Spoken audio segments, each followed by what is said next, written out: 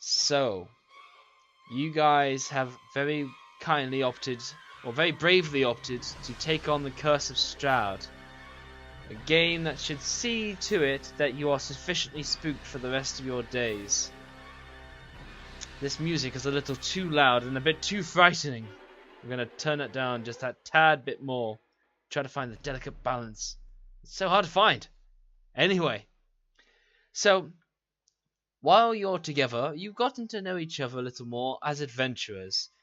Some of you may have various reasons for tagging along with one another, and sometimes when you pry into the other's background, sometimes they have something a little bit hidden from you all. You're not all that friendly with each other, but just enough to make you acquaintances, business acquaintances. You may be particularly disturbed by some of your crew. For example, your life domain dwarf cleric, who looks like he's the opposite of a life domain and a full-on death domain. You then have a very certain rugged-looking blaze blue character, a paladin no doubt, human, who seems to have a very regal and austere atmosphere with him.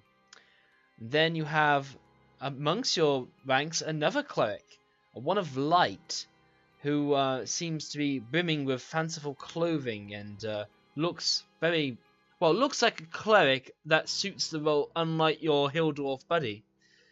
Then you have Gildar, your Barbarian Dragonborn, who looks like he's definitely seen a rougher parts to life, and not too far off from him, you have the Tibaxi Rouge, known as Eyes, who seems to be not far away from the Barbarian, hopefully to be the first to loot when the Barbarian is the first to kill. So, you probably do what all adventurers do, which is your work placement before you get up and started, which is to escort bandwagons and whatnot. And with this in mind, you take a bandwagon to a place called Daggerford, where there is a noble lady that awaits for you there, as you've been requested as, you got a job hunt ahead of when your wagon has stopped moving around, and that puts you at Daggerford now. It's a pretty overcast night sky at the moment, and the season can't be any better for what it is like right now. It feels cold and chill, while there's still a slight bit of energy when the wind picks up through your hair and whatnot. But the evening sun has come down much sooner in the days. So, you're at Daggerford now, this frontier town, with a reasonable fortified keep to it, that has all manners of knickknacks and such that might be of interest to you guys. And I'm interested to know, what do you guys do when you hit a new settlement to unwind and to restock and what have you?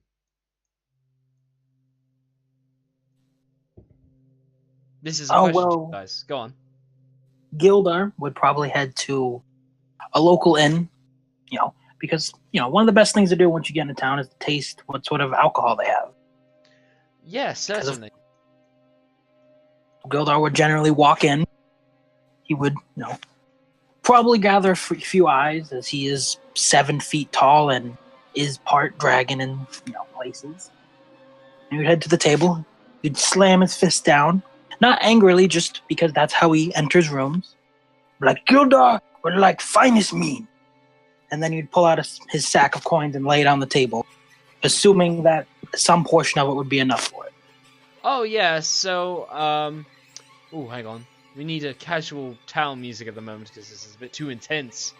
Town music. What do we get? In Castlevania, every town is intense.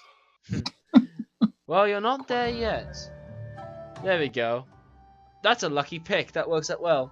So, you can certainly talk as you are, Gildar, but talking normally is quite acceptable. If you have got the intelligence to suggest you should talk like that, then you can keep up with it. But yeah, just saying, people, you know how World of Warcraft talks? In the sense of people aren't saying he, thy, and thou and whatnot, and they talk like, regular people do. That's just a thing I like to do. I find it fun Yeah, for brilliant. some characters, but that's all. No, certainly. I only say that this just for the sake of role playing. I'm not putting a pressure on you to say thy and thou and to actually be old timey. You can talk as you normally would, but where it suits your character, that would be separate from all others, like with an accent and whatnot. That's very much encouraged. But yeah. Anyway, that enough said on that. So you plop down a heap of gold. How much gold do you have on your person? Gildar currently has 15 gold on him. 50. 15. God, I wish we had 50 gold on us already. No, that's okay. That's okay. So you so how much do you put down? I mean, I presume you put your whole sack down, as you haven't given me a number. Oh, that's what Gildar would do. Oh, He would brilliant. just like they would come over and they would probably look at him strangely, or some people might try to take it. But Gildar's not bright, but he knows that mead does not cost the amount of money he has gotten. Yeah, He just sweet. hopes that people will help him. So you hand over all your money, and the bartender just presumes that, oh, you're paying for everyone. He doesn't say this, but needless to say, he just opens up a new barrel and he starts making work at getting that barrel empty to the best of his abilities. So you just sort of like, oh, this must be a very generous bar then. And you overflow the place with mead. It's mediocre, but needless to say that it does its job and it sustains the mighty Barbarian Dragonborn. What would someone as shady as fuck, such as Ozif, be doing right now?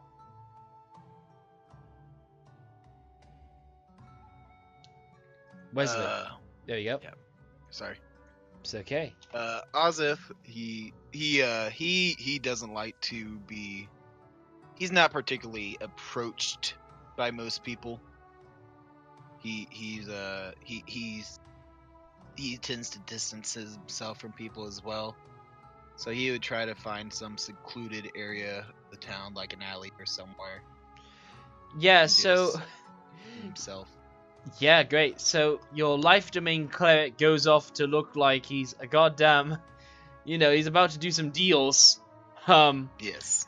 And yeah, you just basically scare off the criminals in that alleyway you choose as your own, as you're just like making cloud vapors come out from your mouth as you watch it all drift into like lanterns and stuff that are lit around the side and places. Yes. Yeah. So, who have we got? Yes, Raya or Reha. How would you pronounce it? I pronounce it as Rhaegar. No, I'm talking to the light domain cleric, Reha Hagel. My bad. Yeah, Reha Hagel. Brilliant. I'll refer to you as Miss Hagel then. Yeah. So you should very quietly go to the very nearest tavern, just get a little drink and sit in a corner quietly, minding your own business, just watching what everybody else is doing. Oh, certainly. You lose tracks of your other cleric friends that you're not all that keen on. Like, for the magic he does, he's doing life healing and such, but when you look at him, he's like, is this necromancy or is this healing? Because he looks like a necromancer right there. He really does. And you two might be at divine odds, as it were. You do the righteous work of your god, but you probably would think that this dwarf is lacking any sense of decor or proper management of himself in resolute admiration of his god. Doesn't show the proper treatment of it and so on. Yeah, that might be the case. And nice, you have a language proficiency of Haunted One. Nice one, Wesley. But yes, Gildar drinks very happily, and Sorry. Miss Hagel, you don't have to pay a thing, as Gildar has already paid his entire fortunes away, just pissed it all away, with all the mead he's just got flowing around. So yeah, you don't have to pay a thing. Alright then, so following up, eyes. what would you be up to right now? Well, Liz actually grew up in Daggerford. Oh, And being a rogue, she's a little bit well known, so she's trying to keep a low profile. But she hasn't been back to Daggerford for many, many years. So she's going around all her favourite bakeries, just trying to sample all the favourite treats. And because it's night and they close, she might have to break into one or two just to... Oh, you know all the back yeah. ways in, for sure. And, yeah, no, I had no idea, but yeah. So, Eyes, do you belong to any particular factions out of interest? Like the Zentium, perhaps? No. Ah, okay, very, very well. But yeah, you make neat work, as this is home base for you. And yeah, you just go around the place. You don't skulk around like Ozif does, but you see him and you're just like, me, and he just goes seething anyway. Rhaegar, what do you get up to? Rhaegar will find the quietest sort of corner he can possibly find, and just hang out the back there. Okay, fantastic. So basically everybody finds a corner to retreat into, and basically everybody takes up the four corners furthest away possible, while Gildar is the only one breaking the ice here with buying of mead, as he has no corners to shrink into, as he goes into everybody else's corners. Oh, yes. Yeah, no, fantastic. So then, what happens is, a little while later, a man bursts in through the front door. He is very portly, and he carries himself with tremendous pride, and everybody looks around suddenly, into the tavern that is. He's wearing some very fanciful robes of red and orange, and with like sashes around, plenty of beads and hair accessories and what have you.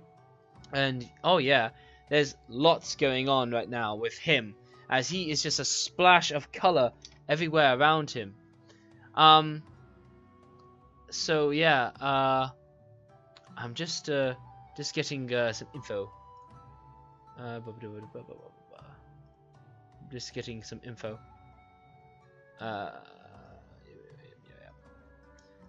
Okay, yeah. Yes. Okay. So I'll tell you this. I'll tell you this. As I was meant to a little earlier, but forgive me. To a party of seasoned adventurers like yourselves, what you see is but another dull tavern in another dull town in some nameless province.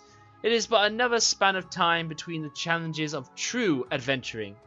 And except for you, Eyes, as this is your true home, which has far more significant meaning to you. And so, outside the tavern, a fog lies over the town this evening. The damp cobbled pavement glistens as the light of street lanterns dance across the 6 stones. The fog chills the bones and shivers the souls of anyone outside. So, Ozif, with your hearty dwarven constitution, you do like keep these coldness aside, but you're just like being very emo right now, as you're like, I live for the cold and the pain, perhaps. But yeah, you being outside and not being so active, you're certainly feeling the cold as it does creep in through this fog. Yet inside the tavern walls, the food is hearty and ale is warm and frothy. A fire blazes in the hearth, and the tavern is alive with tumbling voices of country folk, especially so because of Gildar in particular. And then suddenly, the tavern door swings open, and a hush falls over the room.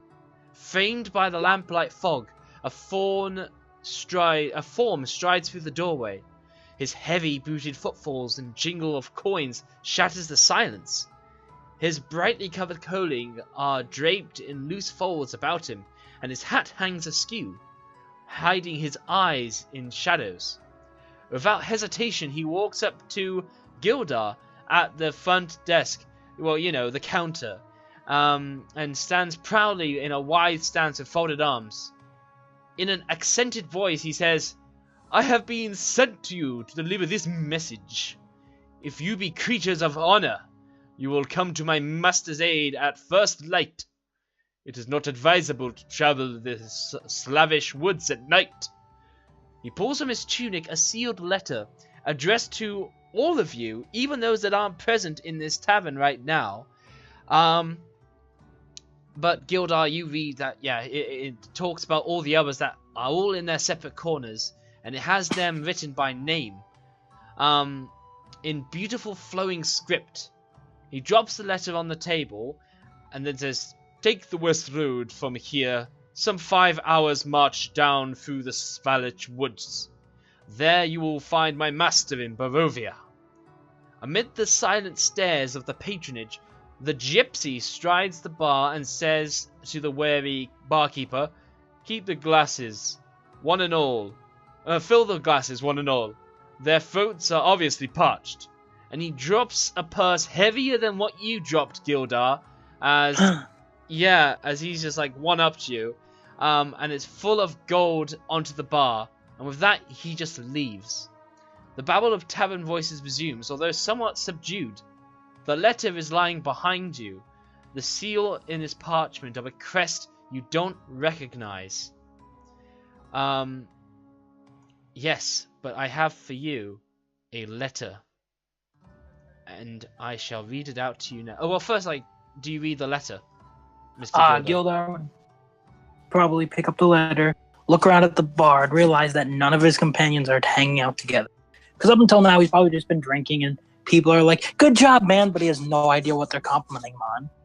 You'd probably head over to, I suppose, our less edgy cleric, and sit next to her, and pull out the letter, and be like, "Strange man give Gildar letter.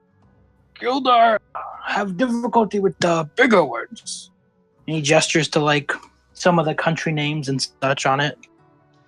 And then he hands it to her, hoping that she could make more sense of it. Brilliant. So, Miss Hagel, in your compendium right now, you should see a letter that says Kolyan Indravich's letter.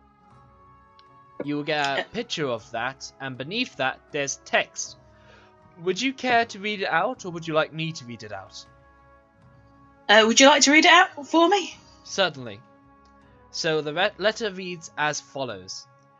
"Hail to thee of might and valor. I, a lowly servant of Barovia, send honor to thee. We plead for thy so desperately needed assistance. The love of my life, Irina Kolyana, has been afflicted by an evil so deadly that even the good people of our village cannot protect her. She languishes from her wound, and I would have her saved from this menace. There is much wealth in this community. I offer all that might be had to thee and thy fellows if thou shalt but answer my desperate plea. Come quickly, for her time is at hand. All that I have shall be thine. Kolyan Indravich, Burgomaster." And that's the letter.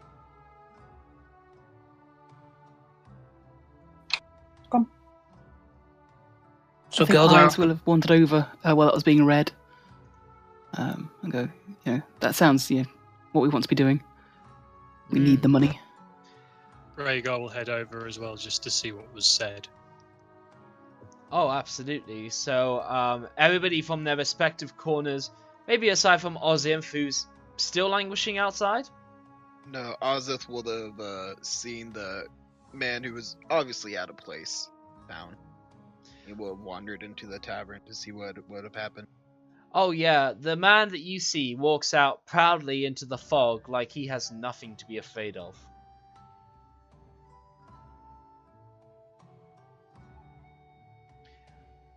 But anyway, yes. So then, you guys, tell me how you gather yourselves up, because you still have a Tibaxi rogue on the loose, hunting down bakeries and what have you. Yeah. I think Ives has probably found a way to the tavern by now. Feeling a little bit sick.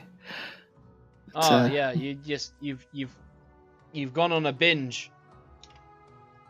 Yeah, sampled everything she remembers from her childhood. All the treats. Yeah, no, exactly. Very much so, yeah. Yeah. Okay then. So then, yeah, so eventually you catch up with your Tibaxi Rogue, and you then all begin to make your way, well, at least together. You guys could head out now, or you could head out later. It's up to you. By the description of the man, he said it would be a 5-hour march, and the nature of the letter does seem that it's a very desperate plea. Gildar say we go help and be heroes. And Gildard flexes, trying to get everyone inspired by hopefully his display of trying to be a good person. Nice. Nice. Well, very possible. Yeah, I think we should set out now. I do like the sound of everything he owns. Oath says gotta go. No choice in the matter. Ozith would follow them. Okay, fantastic. So, Tibaxi, leaving your home relatively quickly, you all set out into the dense, fogged night, with only the westward aimed compass, perhaps, that would be on hand, to help aim you. I'm not sure if compasses was a thing. Let's imagine you just know which way is west. So, you begin to go head west, and you head out that way for several miles. Now, because it was late, eventually you do figure like it may be a time to camp. Maybe. But what is very clear, though, is that the fog just feels thicker and thicker. And as it continues this way, it just continues to envelop you all and make you feel particularly lost. Eventually, you are getting the impression that you're not heading in any direction at all. While you walk, you don't feel like you're making any headway to getting anywhere. It's weird. It comes in the form of trees that first begin out as your mundane ferns and what have you. And then as time goes on, these ferns seem to take on a much thicker quality. Like their branches are more stuffed with heavy undergrowth of ancient trees that are left untouched for centuries. And between them, the heavy hang of fog lingers between them as they take on a more darker shade in the darker, pitch-black night. How do people react to this? Rhaegar's going to get his scythe off his back Okay. and rest it over his shoulder slightly. By the way, just Doesn't like checking, the look of are this. you... What stats are you using for scythe? Because the nearest thing is a sickle, and that's a D4. Now I'm using a great axe. Rules, I just renamed it scythe. Okay. So, you have a great axe. Pretty much by rules, it's a great axe. By Okay. story, it's a giant scythe. Okay. Mr. Weeb. That's fine. I'm king of the weeps, I'll have you know. Oh, jeez. But yes. How does everybody else react? Your paladin certainly seems on edge. I think Eyes is going to position himself in between the Paladin and Goldar. Meat shields. Yes, very wise. Very, very wise. Yes. So then, yeah. Ozith would ready his warhammer, just in case. Okay. So, as you then continue on, the night just continues to be this lost effort as you seem to be heading in any direction that your feet are leading you. But needless to say, it doesn't feel like any direction whatsoever. You eventually come to a grand gateway made of stone. And I'll show you now in your handout the gates of Barovia. Yes.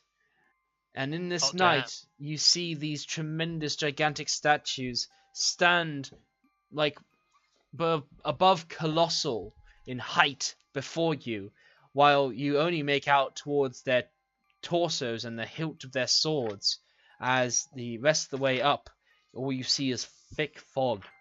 but these doors are left slightly askew. They're somewhat open to allow newcomers through. Well, someone likes their walls. I don't think we're near Daggerford anymore. I'd have remembered this. No, as a local, you can quickly snap your local geography, and for sure, you should not find such a gateway that's so imposing, so grand. No, you should not be here. The fog spills out of the forest to swallow up the road behind you. Ahead, jutting from the impenetrable woods of both sides of the road, are high stone buttresses, looming grey in the fog. Huge iron gates hang on the stonework. Dew clings to the cold tenacity to the rusted bars. Two headless statues of armed guardians flank the gate, their heads now lying amongst the weeds at their feet. They greet you only with silence.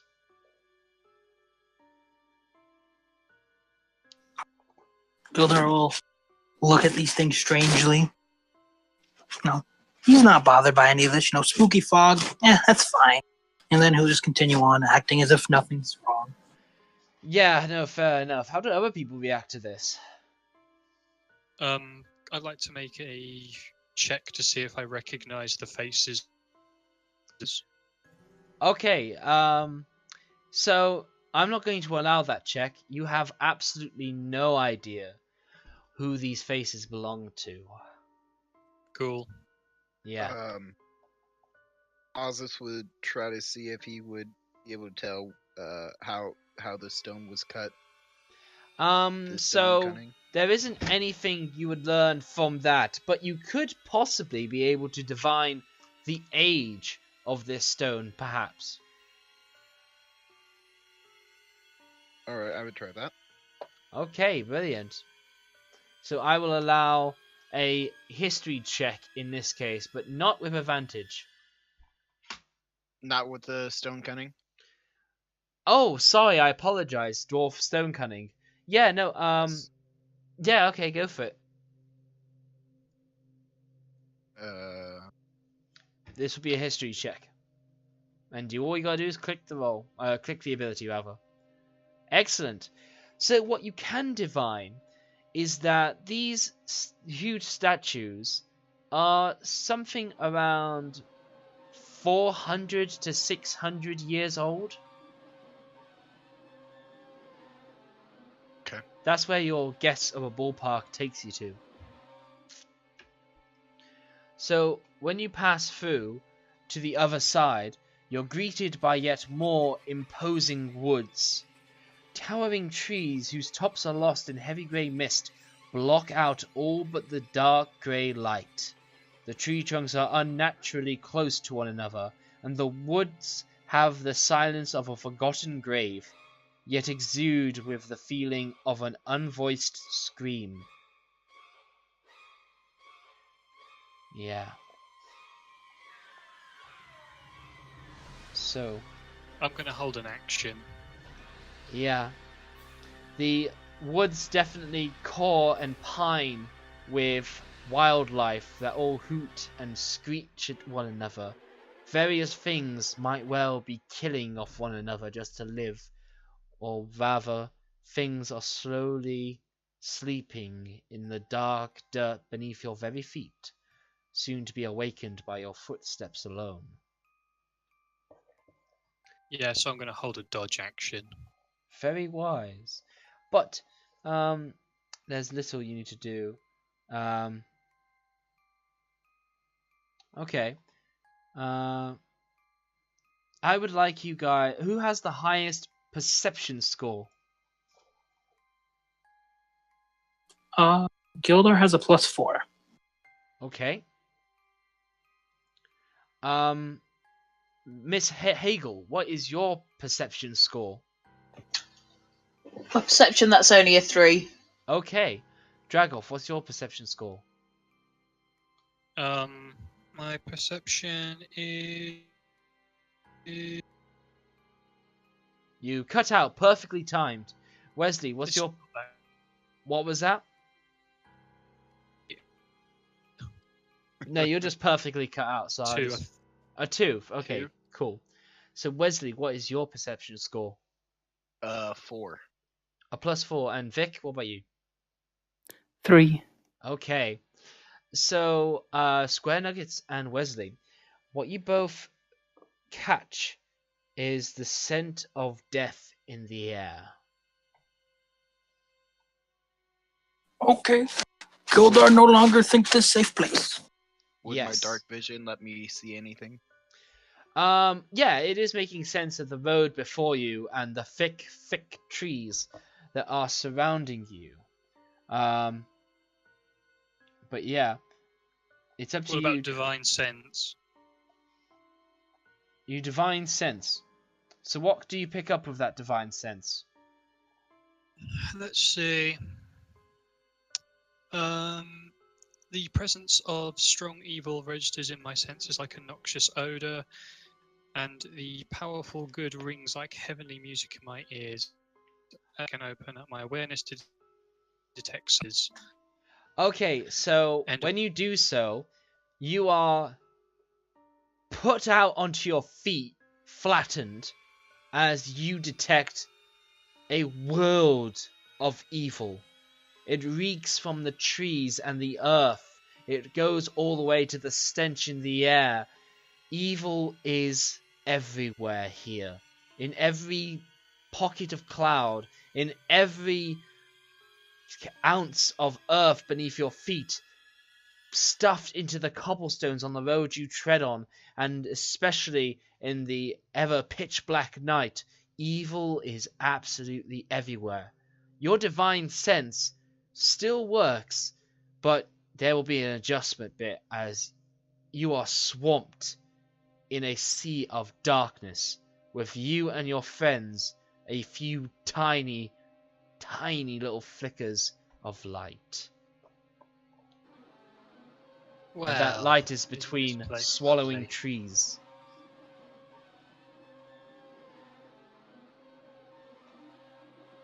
Eyes is really creeped out by all this, so she's extending her claws and sort of puffing up her fur as she walks along.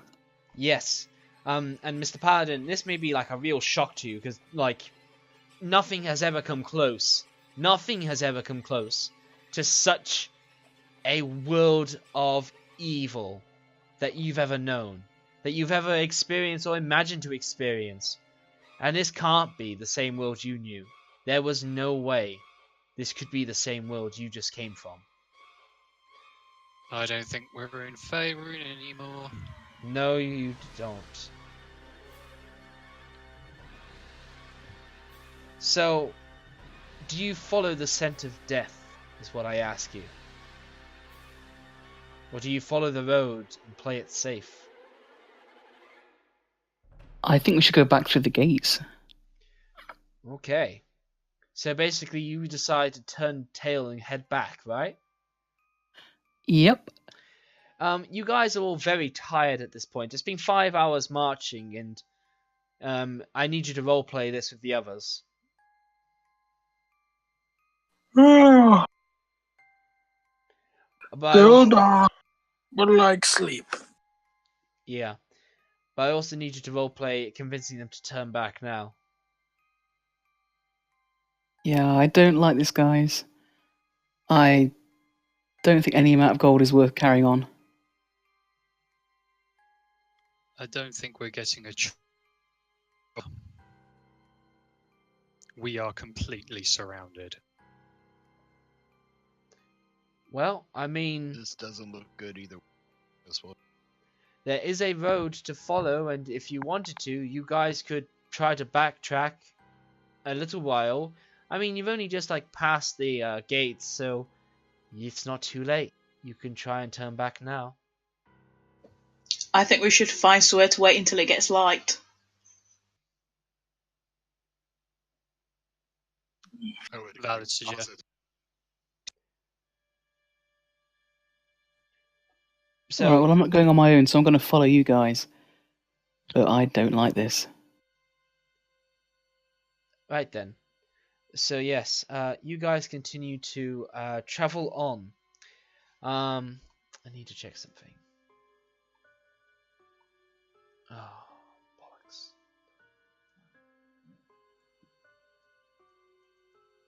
What? Why? Oh, of all the time, suddenly I lose the capability of using the scroll wheel. Why of all times? I don't understand you, Roll20. Why would you do this to me? Right. This is how spooky Straud's the place curse. is. Yeah, this is Straud's fucking curse. Okay, yeah. Let's see the adventure without those scroll wheels. Yeah. Okay, yeah. So, I'll leave it at time. So, are you guys gonna walk on? Because you don't see any signs of civilization yet.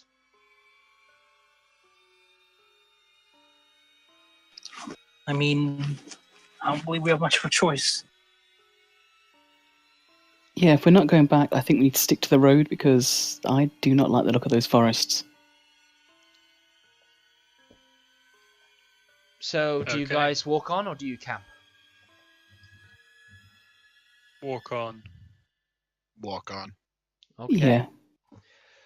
So you guys walk on, and you push through any tiredness you have, instilled with a fear that the woods would not make you its home. Or rather, it would make you its prey if you were to stay in there, and let your guard down in there.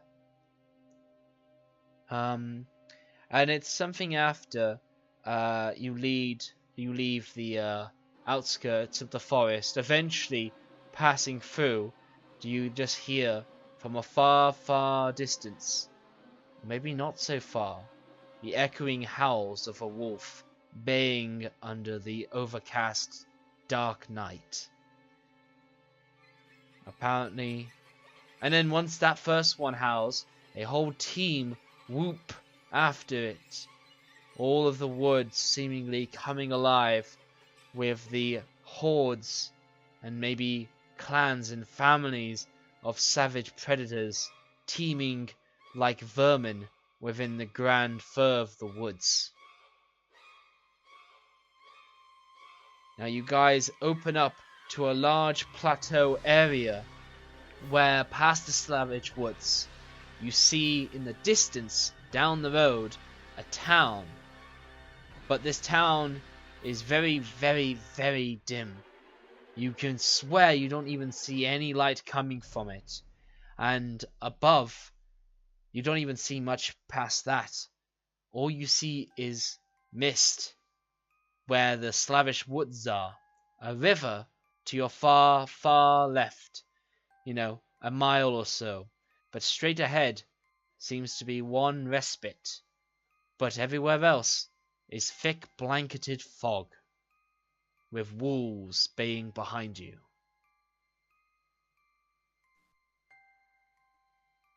Well, I don't fancy staying out here with wolves. Shall we see if there's a tavern we can stay in?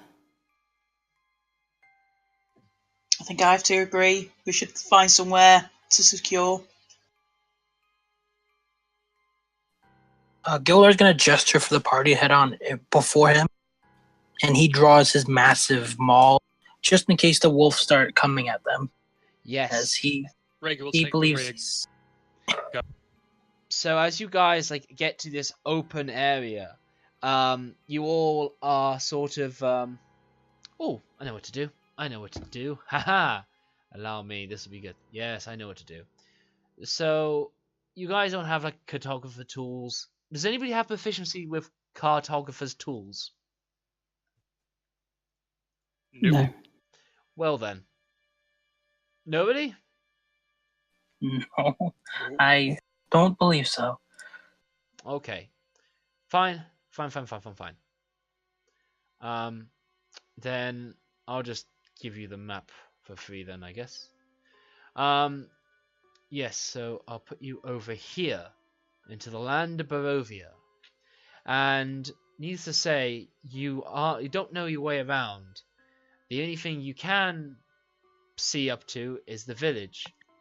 Now the rest of the place should be black, that's fine.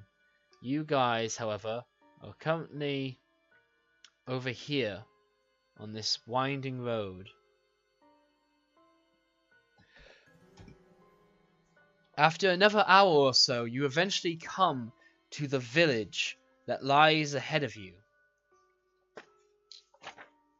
Yeah. Let me just get somewhere. When you go to the vacant village, everywhere is silent and quiet. Old rickety signposts like swaying in the wind, while there's also every window is boarded up, none of them making a bare speck of light to be seen. When you peek in, like desperately trying to peer into some of these houses, you do see these dark figures huddled over and whispering to one another quietly. They resemble humanoids, but whenever you may try to peer too closely at them, they all look at you with a sudden turn of their heads and move their forms deeper into their homes. Every single house is boarded up, and the thickening fog condenses around you and forces you down a winding pathway. Yeah. So, I'll take you over to here now.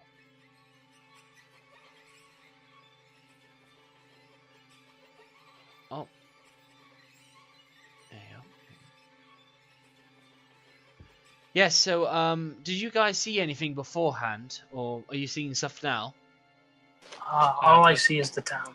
Yeah, I that's saw correct. a large hand and I see a village now. Yes. Yeah. So upon entering Yes, the it's village, the fog literally like condenses to a point where the rest of the world feels like it's falling away. And at the first crossroads, the fog forces you to turn right. And as you go there, you see some peculiar images. The gravel road leads to a village, its tall houses dark as tombstones. Nestled amongst these solemn dwellings are a handful of closed-up shops. Even the tavern is shut tight. A soft whimpering draws your eye towards a pair of children standing in the middle of an otherwise lifeless street. And I'm going to see if I have something to show you what they look like.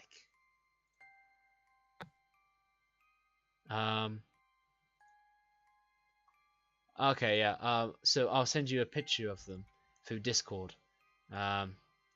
Basically, they look like a little boy and little girl that seem to be out here, with a little boy sobbing and the girl trying to tend to him. And you can see that there in Discord now. Yes.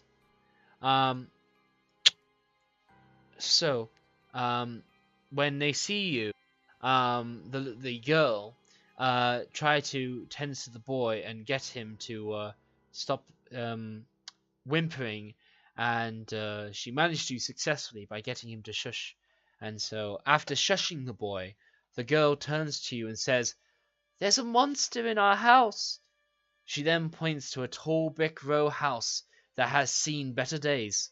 Its windows are dark, and it has a grated portico on the ground floor and a rusted gate that is slightly ajar. The houses on either side are abandoned, their windows and doors boarded up. And the girl Divine seems... sense. Okay, so once again, what do you get from this? Like divine sense. You get Long and short of it, I detect any celestials, fiends, or undead. In any sense, but not their identity. Yes. So you get nothing. Now you would expect to get some reading, but you're not. You get like a faint whisper that would suggest a ghost. But even then, that seems like a hollow answer as the reading for a ghost doesn't seem quite accurate for these two. But also, you sense evil. Thick, dark, gluttonous evil. All emanating from that house than any of the other houses around the place. Is much good. Its ability is about as much good as a sonar at a rock concert. Yes, but you do understand some things. Like in the presence of these two children, it doesn't tell you they're fiends. It doesn't tell you that they're evil. In fact, no, it's actually peculiar. They seem to lack that reading that seems to be emanating everywhere around here, but rather they seem hollow to your divine sense, with a shade of undeath to them. Gildar will look at the group because no one's charged forward. It's like, we must help children. Gildar not let children be suffer. And Gildar's going to head towards the house without like anyone telling him not to. I think Isa's going to let him go, but she's going to approach the kids very carefully. Where are your parents? They say, our parents, Gustav and Elizabeth, that's their adult names.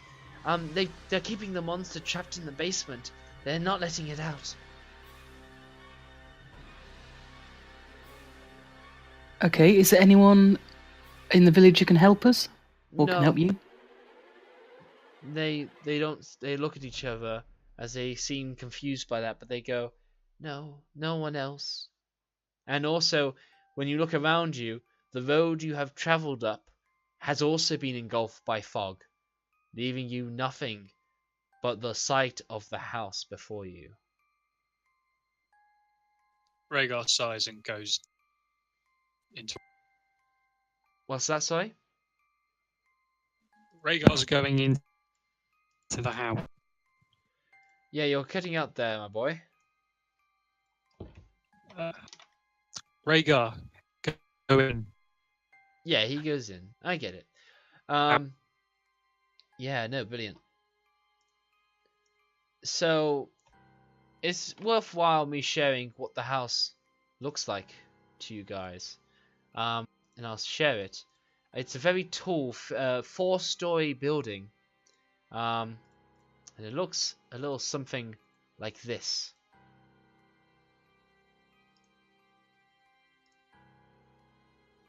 So that doesn't look scary. It looks pleasant. Lovely.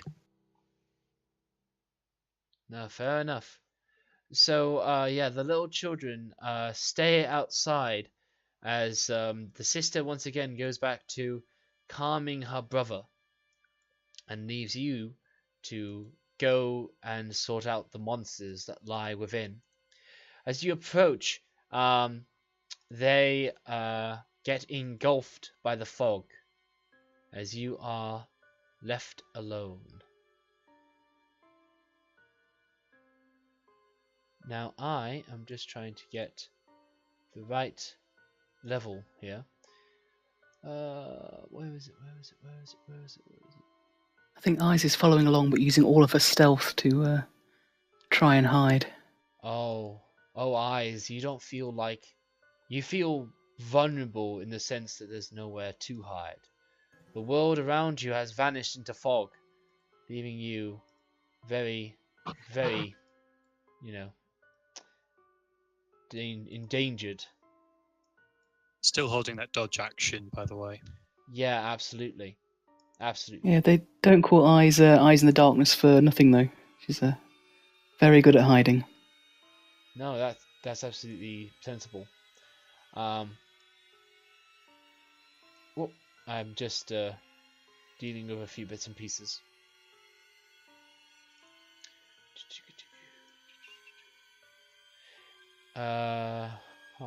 Oh yeah, no, I've done that one. So yeah, you go through like the main portico and begin to enter the house through the front door, with the child's warning still in your head that you guys are soon to be in a house where family are holding a monster back. Now, in this place, you should see the first floor of the building, right? It's very blurry, but I Yeah. think it is. Yeah. It'll load. So I want you to drag your characters in now, please.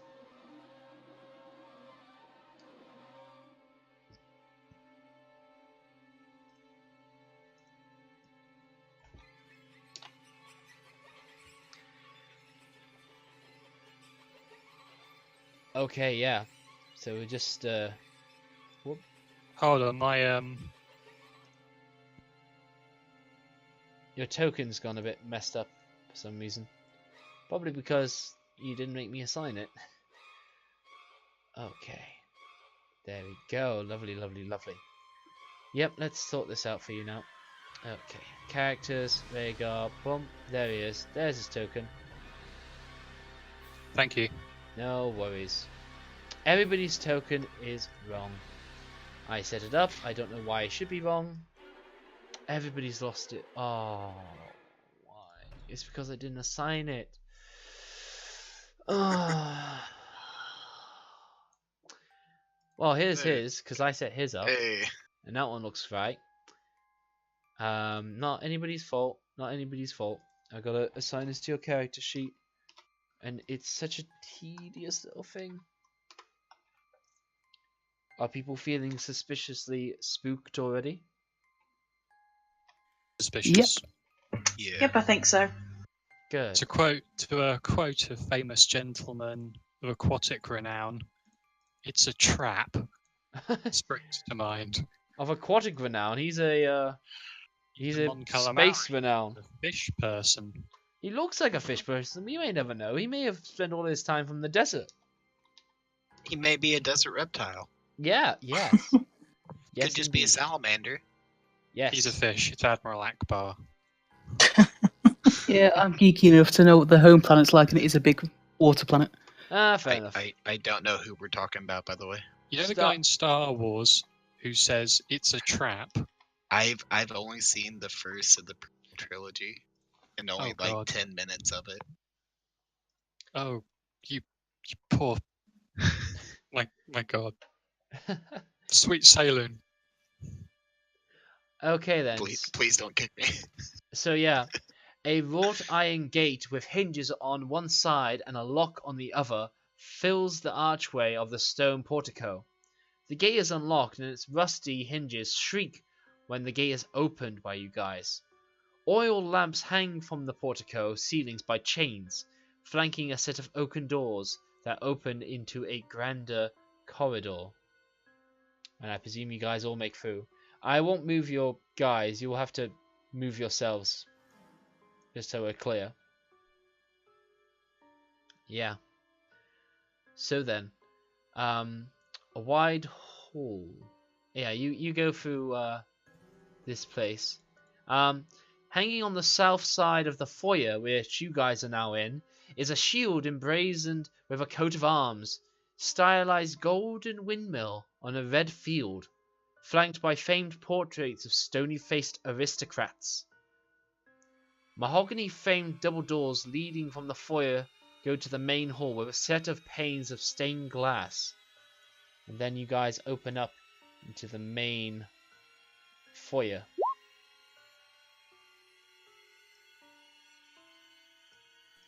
So the shield is the shield stuck on the wall?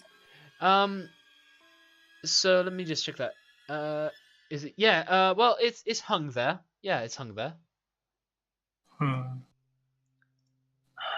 Would Gillar take that from a house he's trying to save kids in? I mean, that's the call as your character. No, that's what I was just saying that to myself mostly. Okay.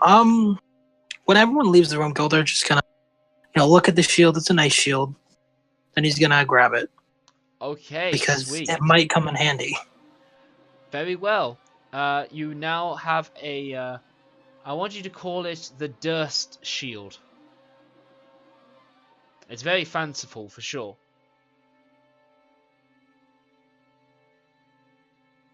There's shield, got it. Yes. Okay then. So yes, you're now in the main hall. It runs the width of the house with a black marble fireplace over on one side, and a sweeping red marble staircase at the other end. Mounted on the wall above the fireplace is a longsword, with a windmill cameo worked into the hilt. The wood-panelled walls are ornately sculptured, with images of vines, flowers, nymphs, and satyrs. Yeah. Can we hear anything? Well, that would be a perception check, I suppose. And I would be wondering what you would be listening out for. Any rustling or screams? Anything like a the- monster approaching? No noises associated with there's a monster in the house, like So- screaming, banging doors, etc. So you don't get any of that, but what you do see is in your inspections around the place, as you look around the tapestries of all this like very fey, magical fairylands that seem to be wrought into the painting and tapestries, as you keep inspecting around the place, you see serpents and skulls inconspicuously woven into the wall designs. The decorative panels follow the staircase as it circles upwards to the second floor. But there are several doors over here, over there, there, and there, and here too. Well, we're looking for the basement, aren't we? Yeah, so for now you're seeing stairs leading up, but not stairs leading down.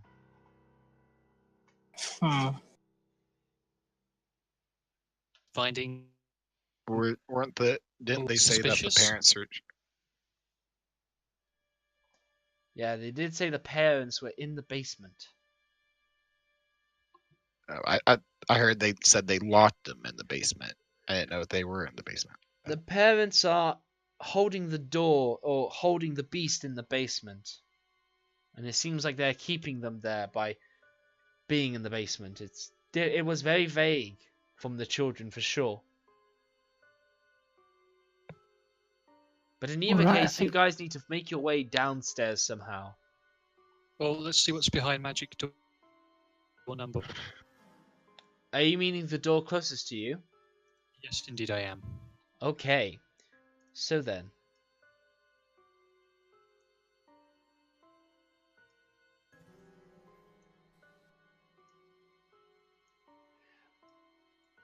Okay. Nope, not it.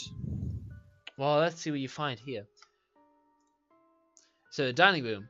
A centerpiece of this wood-paneled dining room is carved mahogany table surrounded by 8 high-backed chairs with sculptured armrests and cushioned seats. A crystal chandelier hangs above the table, which is covered with resplendent silverware and crystalware polished to a dazzling shine. Mounted above the marble fireplace is a mahogany-framed painting of an alpine vale. The wood paneling is yet again carved with elegant deer and trees, and what you guys might expect is that you need to find some way down. So you might be hunting for a secret door. Would that be correct? I would. Probably check the rest of the house first, maybe. Yeah.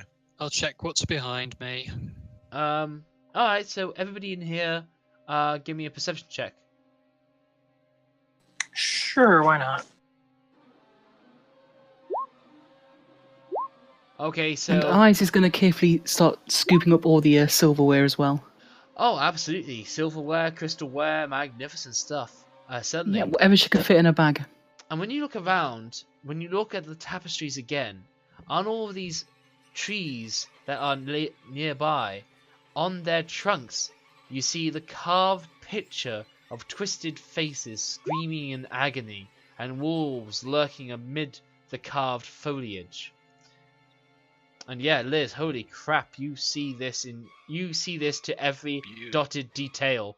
Holy crap, I wish you hadn't have done a double crit now, of all times, on such a wasted search. But no, absolutely. I think the adrenaline's pumping for me. Yes. So, red silk drapes over the windows, and a tapestry depicting hunting dogs and horse-mounted aristocrats chasing after a wolf hangs from an iron rod bolted to the south wall. And, what was I going to say? Yes, Eyes, you try and take the very fanciful stuff out with you, right? Yeah, definitely. Yeah. So when you do, it takes on a really terrifying property. As soon as it leaves, time seems as though it has sped up vastly before you, and in your own pores or in your sack, you see the silverware tarnishing, the crystal cracking, and any portraiture fades while tapestry rots, at least when it leaves this room. No. Yes. Well, that's not going to stop Ice trying the next time she finds some silver. No, absolutely. Absolutely. So anyway, you guys hit a dead end there. So time to you to hunt on to the next place.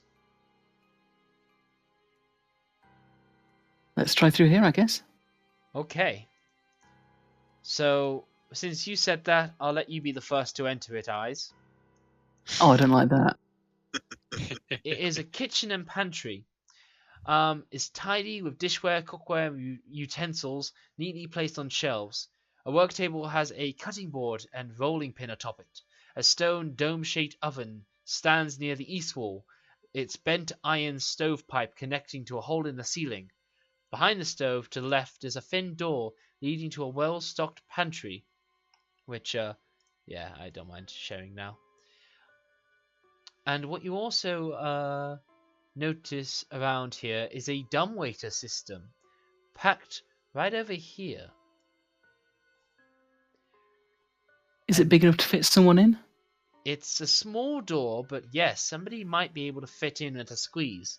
It's a 2-foot wide stone shaft connecting the elevator, and it does indeed go up and down, but it must be pulled. It's done by a pulley system. Well, we might be able to use that to get into the basement if we can't find anywhere else. Oh, excuse me. Maybe you can't fit in it. I apologize. The dwarf counts as medium. Everybody else is human, and barbarian is big. So actually, no, nobody can squeeze into it, as everybody's actually a bit too big for it. Okay. Some Is the stove warm at all? No, vastly cold. So no signs of anyone sort of being around here recently then? No. Well, yes and no. It's difficult to say in this place, as you get signs that say it's mixed. So where do people head off to now? But can we hear anything from inside the dumbwaiter if it's connected to the basement? So that's an interesting question. When you listen, you just hear a silent hollowing wind that seems to echo with the creaking of the dumbwaiter pulleys that hold the dumbwaiter up, and above that you hear the small echoes of that continuously on a floor, and then another floor up even with that, and you feel like you're listening to the house closely, almost expecting it to answer back for you, but it doesn't.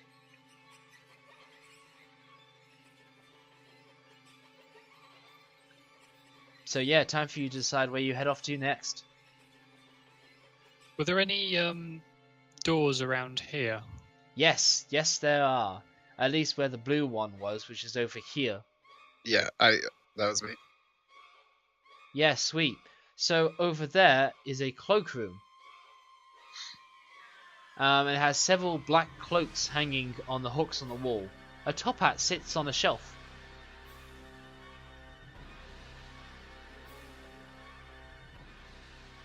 Anybody interested in a top hat? I mean, I Gildor might take a cloak. Ah, sweet. So yeah, by all means, you can take a cloak and a top hat for sure, making yourself feel a bit more fanciful while you're in this house. But yeah, It's far too cold, so I'm going to wrap myself up in that cloak. no, totally. Meanwhile, Gildor is convinced the top hat makes him smarter. Ah, excellent. Okay, so Gildor now wears a top hat. I would compliment him on the top hat. Gildar does an extravagant bow. Gildar, appreciate compliment. Gildar, much smart now. And then and gives a thumbs up. Brilliant. I'm So, gonna kick this door in. Reciprocate the thumbs up. so Vhagar, you're starting to get tired of all these rooms. So in here, you see a den of wolves. Oh. This oak-paneled room looks like a hunter's Lovely. den. Mounted above the fireplace is a stag's head, and positioned around the outskirts of the room are 3 stuffed wolves, all of them snarling hatefully. 2 padded chairs draped in animal furs face the hearth, and an oak table between them supports a cask of wine, 2 carved wooden goblets, a pipe rack, and a candlebrum. A chandelier hangs above a cloth-covered table, surrounded by 4 chairs. Over here. Over here, rather. 2 cabinets stand against the walls. The east cabinet sports a lock that can... There is a lock there that perhaps could take a thieves' tools to maybe open up. Well, I'll have a go at that then. Perfect. Please may you make me a thieves' tool check, which is based off dexterity then, Miss Rogue. Ah, fantastic. So you open it up and you see that it holds a heavy crossbow, a light crossbow, a hand crossbow, and 20 bolts for each weapon. Okay, I'll take a hand crossbow and 20 bolts. Okay then, brilliant. Anybody else want a crossbow? Yeah, I'll take a crossbow. So the light one has been taken. That leaves you a heavy crossbow and a hand crossbow. I took the hand for one. the light crossbow. That leaves me with the heavy crossbow then. I already have one, so I don't need one. Okay then. Then I've already got a crossbow. be sure to add all that equipment to yourself then.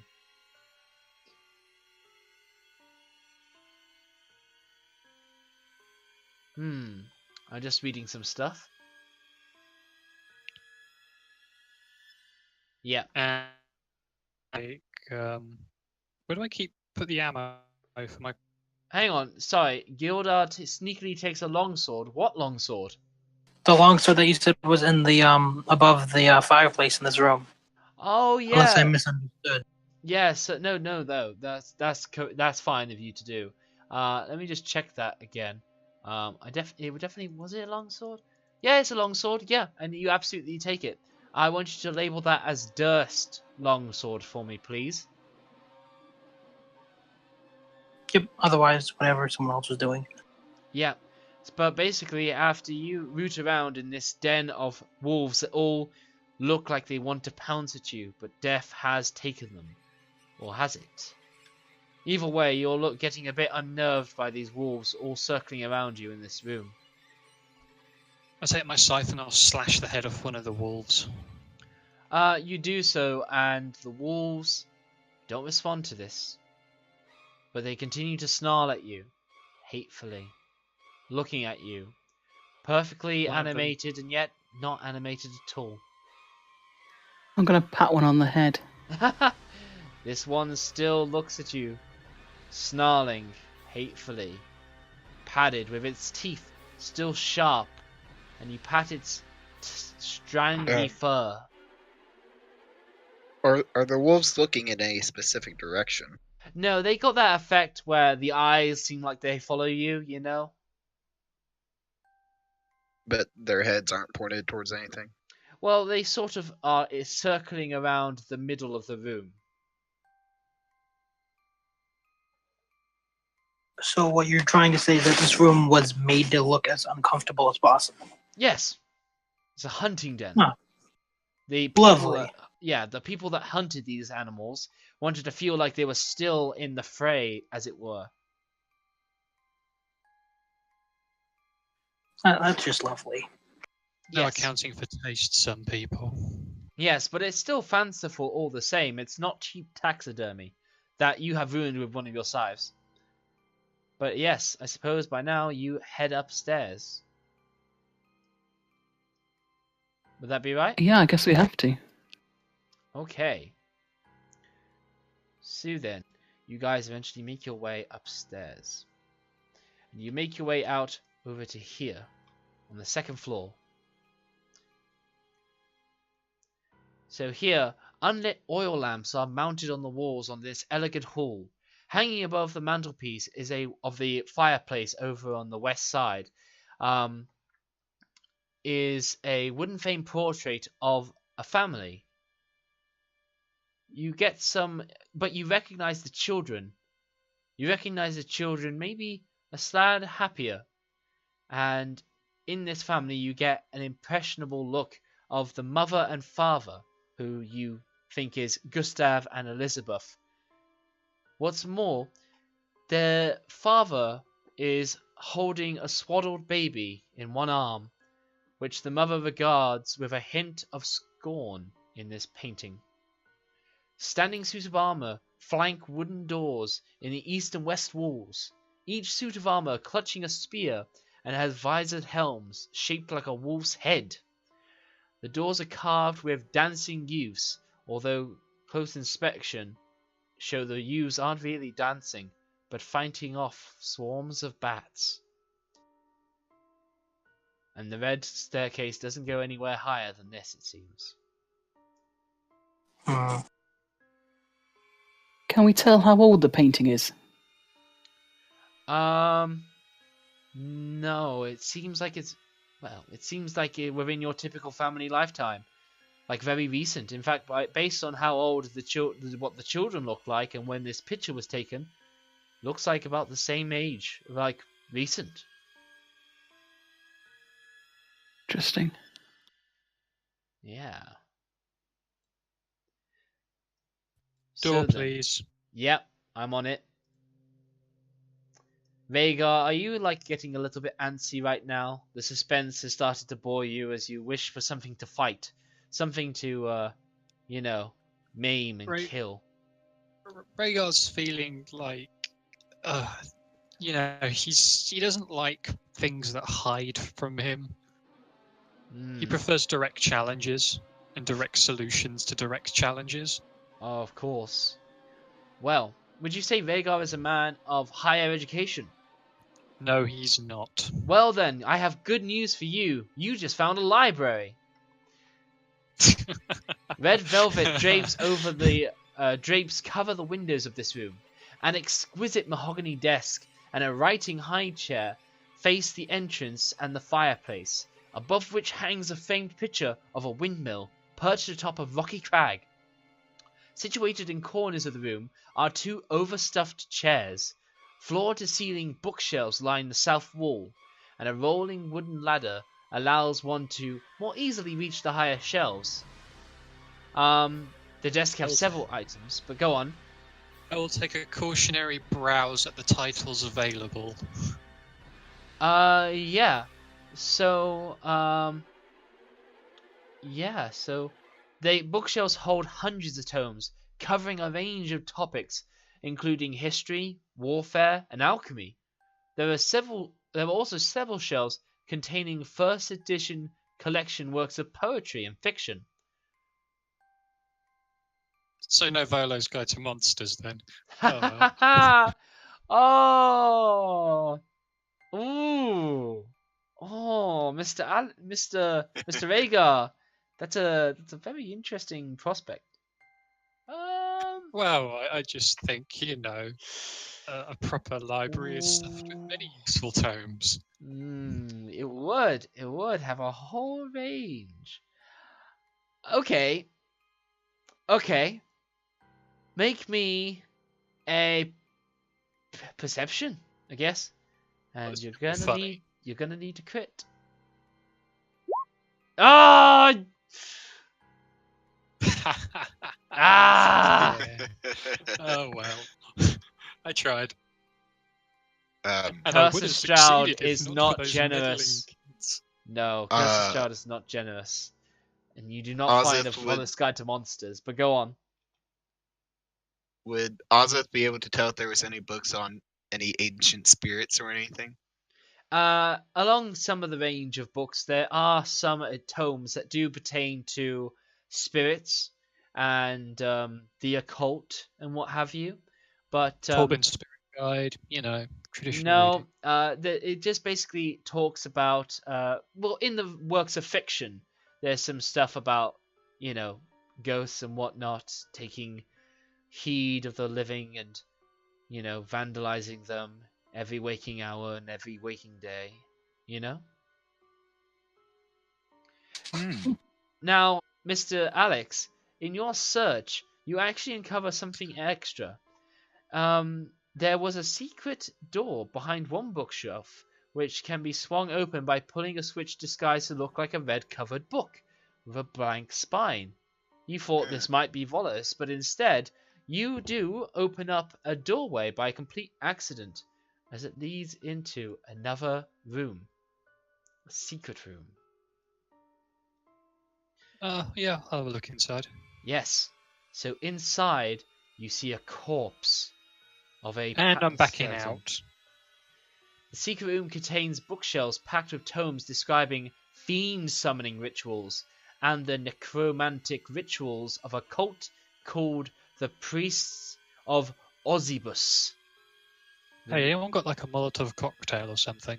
Gildor opens his mouth. Fire starts appearing. Sorry, Give it to him, big man. Are you being serious? Give it to him. It's a cult demon summoning filth. Um, Burn the Can I lot. search the corpse first? No, yeah. Gildor's not going to start burning shit down. He's in a house. Okay. No. Okay. If you guys do want Seriously? to, you can do that. Seriously, as a paladin, this material, this is like the stuff that gets people killed. I mean, Gildor will eat the book. Like, he will 100% eat it, and that's close No. enough to what he can do. No, that would be eating evil. No. That'd be bad. That could be very, very bad. But tastes like cinnamon. Gildor likes cinnamon. Yeah, they make all the evil books taste good, Gildar. It's a trip by vile wizards. Okay, well, in this room, would there be a book about any evil spirits that latch on to people or something? This Oh, whole place is full of evil books. there is a book that seems to have a particularly interesting author to it. Very fanciful. And it reads Trays von Magnus's work method. Oh God. Trade you sell out. Ozith would try to take the book. Yes, you do so. The book has a list of chronicled adventures of one Trays von Magnus, a necromancer who had begun work into various spells. One such spell, what was it called, Alex? Von Magnus's monstrous marionette. Yes. One such spell seems particularly interesting, as it takes on the form of that whose blood has been taken without consent, and then makes a spectral necromantic marionette that fights on the caster's behalf, but sort of acts and is puppeted by the caster. It's particularly potent, especially when your opponent is particularly large. But when you do enter this room, in the corpse, what you see is the following. A heavy wooden chest with clawed iron feet stands against the south wall with its lid half closed. Sticking out of the chest is a skeleton in leather armor. Close inspection reveals that the skeleton belongs to a human who triggered a poison dart trap. 3 darts are stuck in the dead adventurer's armor and ribcage. But the dart firing mechanism that your Tibaxi Rouge can tell you about has been deactivated because it's been set off. In his hand, his left hand, he's holding a letter, and that letter bears the insignia that is very, very familiar to the insignia you received back at the Daggerford Tavern. Ozith would reach for the letter then. Yes. So I will show this to you guys, but this is what the letter reads when you so read it. my most pathetic servant. I am not a messiah sent to you by the dark powers of this land. I have not come to lead you on a path to immortality. However, many souls you have bled on your hidden altar. However, okay, sorry, so let me redo that. However many souls you have bled on your hidden altar, however many visitors you have tortured in your dungeon, know that you are not the ones who brought me to this beautiful land. You are but worms writhing in my earth. You say that you are cursed, your fortunes spent. You abandoned love for madness, took solace in the bosom of another woman, and sired a stillborn son, cursed by darkness. Of that I have no doubt. Save you from your wretchedness? I think not. I much prefer you as you are. Your dreadful lord and master, Straud von Zarovich. Sound like nice fellow. What? Can I history check that? Being a paladin, the name Straud might ring a bell or something. No.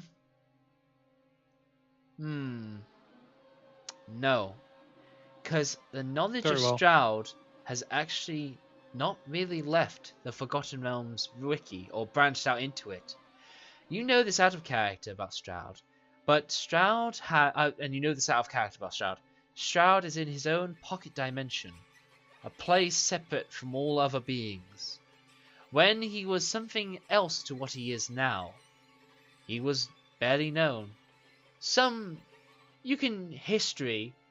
You know a little bit about a Zarovich bloodline that belonged to magnificent conquerors that fought in various wars of their own making to conquer other lands. But the name Straud is unfamiliar to you. You do not know of him, and he has never met you. Fine. Now, with the chest having been opened, does anybody take a little spell and peek inside? Yeah, I will. Can I check it for any other traps first? You already know that the trap that it does belong to has already been activated, and the poison darts to it have already been used. But the chest contains 3 blank books with black leather covers, worth 25 gold pieces each, and 3 spell scrolls. 1 of Bless, 1 of Protection from Poison, and the last one is for Spiritual Weapon. The deed to the house, and then also a deed to a windmill, and a signed will. And there is little to suggest what windmill this belongs to, but you get some indication from the deed that the windmill is situated somewhere to the west from where you are, east of a place you don't recognize called Valarki. I'll take that spiritual weapon scroll. Okay. Yeah, I'll hand all the scrolls out, but I'll probably pocket the books. Okay, certainly. The will is signed by Gustav and Elizabeth Durst, and bequeaths the house, the windmill, and all other family properties to Rosavelda and Thornbolt Durst in the event of their parents' death.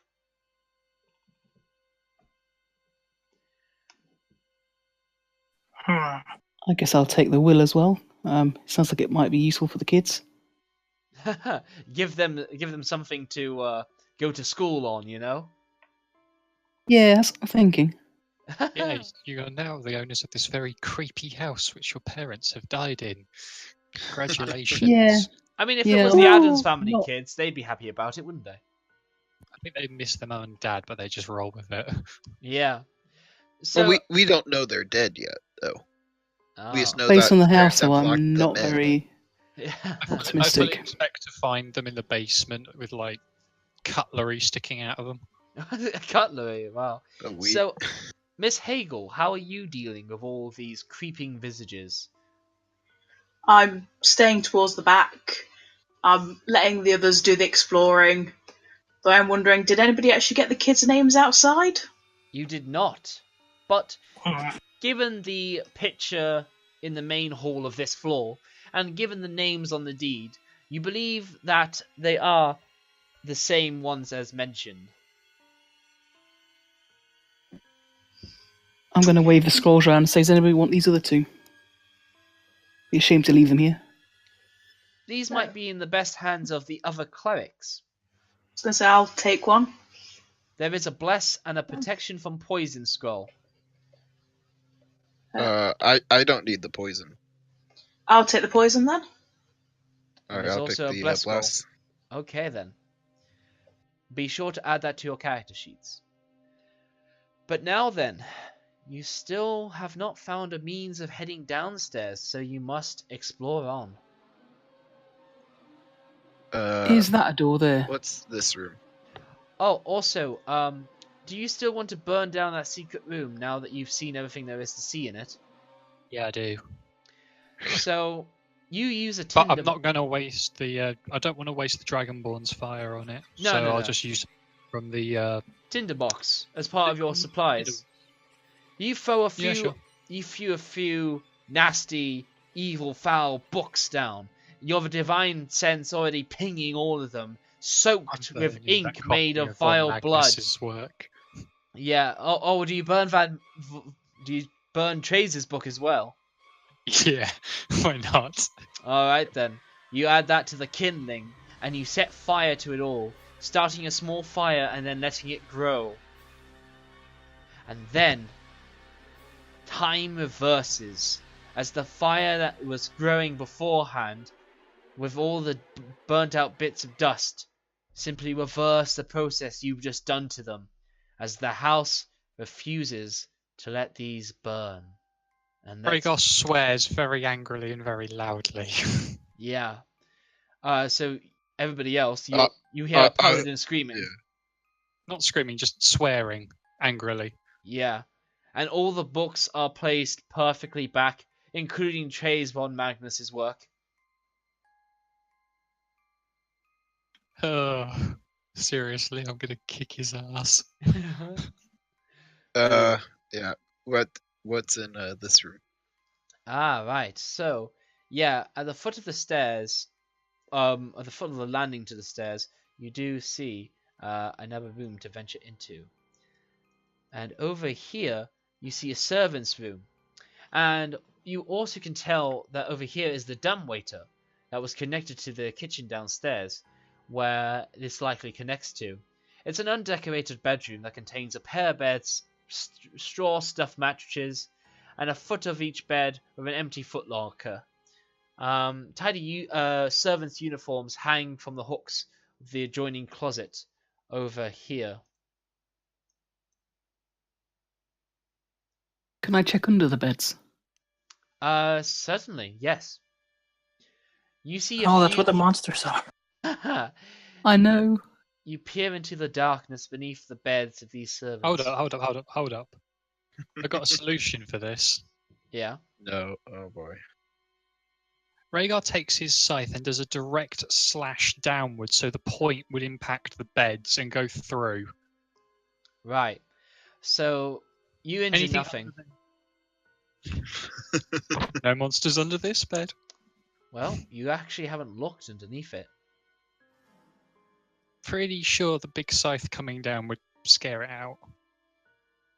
Maybe I'm it's gonna something check more. anyway. So when you Be my guest. when you look underneath the bed, what you see is a pair of glowing orange cat's eyes that stare How at did I you. miss that? Yeah, when you look at where your scythe came down on, it seemed as though it would strike the cat that's underneath there. But in the darkness, the cat must have black fur, and it doesn't seem to be blinking at all. Here, kitty, kitty, kitty. I'm Your- going to reach for it and tempt it out. I was When gonna you say reach you want for me to it- look under it. When you reach for it, your hand doesn't get any traction on anything. Just a cold feeling of the darkness hiding in this corner, as there's just a Ugh. pair of unblinking eyes with dark slits staring at you.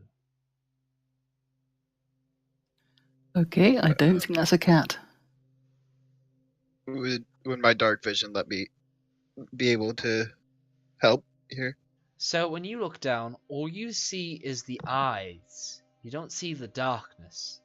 Because what you see is nothing except those eyes. Like an There's illusionary no form piece. whatsoever. No form. Just a pair of eyes staring at you.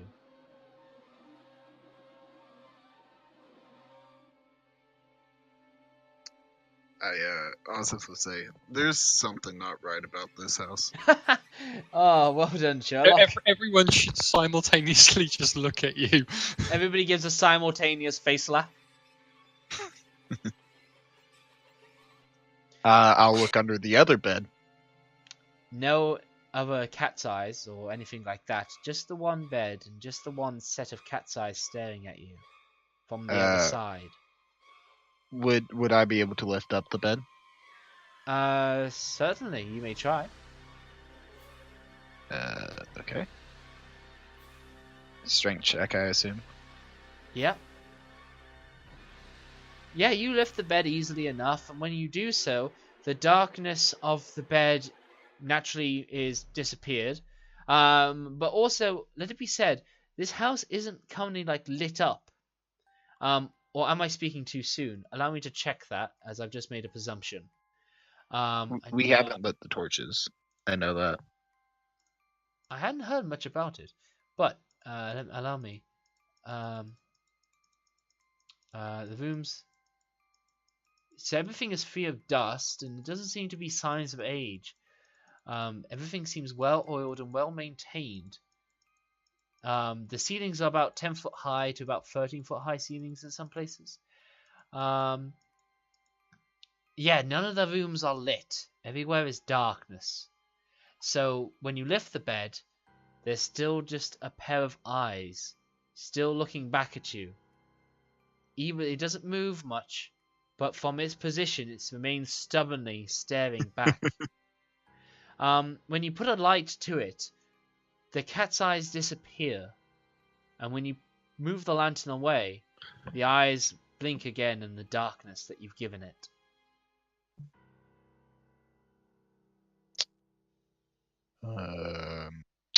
Okay.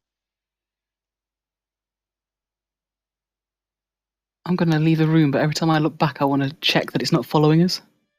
It doesn't, but you're the last one with your own cat's eyes to be reflected in a pair of empty, glistening, yellow cat's eyes. And it stares at you from its upturned bed all the way until you creakingly close the door behind it, leaving it there, watching you close it in. Well, now I know how creepy people find my eyes when I'm staring at them out of the darkness. Yes, absolutely. There's no picture of the cat in the family portrait either, though, right? Or no No. portrait of a cat? No, there is not.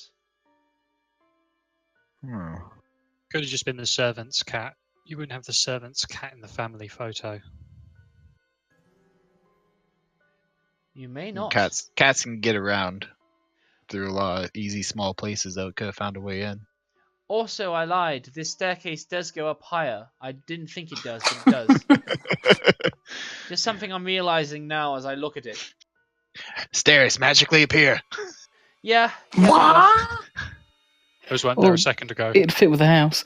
But there is still this room left unchecked. Yeah, What's I'm going to open the door? very carefully open the door. So when you look in this room, what you have is an eerie, empty, musician room. Let me just check what we got going on here. Yeah. So the conservatory. Gossamer drapes cover the windows on this elegant appointed hall, which has a brass-painted chandelier hanging from the ceiling, upholstered chairs line the walls, and stained glass stuff. A harpsichord with a bench rests on the northwestern corner, near the fireplace, and a large standing harp, alabaster figures and well-dressed dancers adorn the mantelpiece.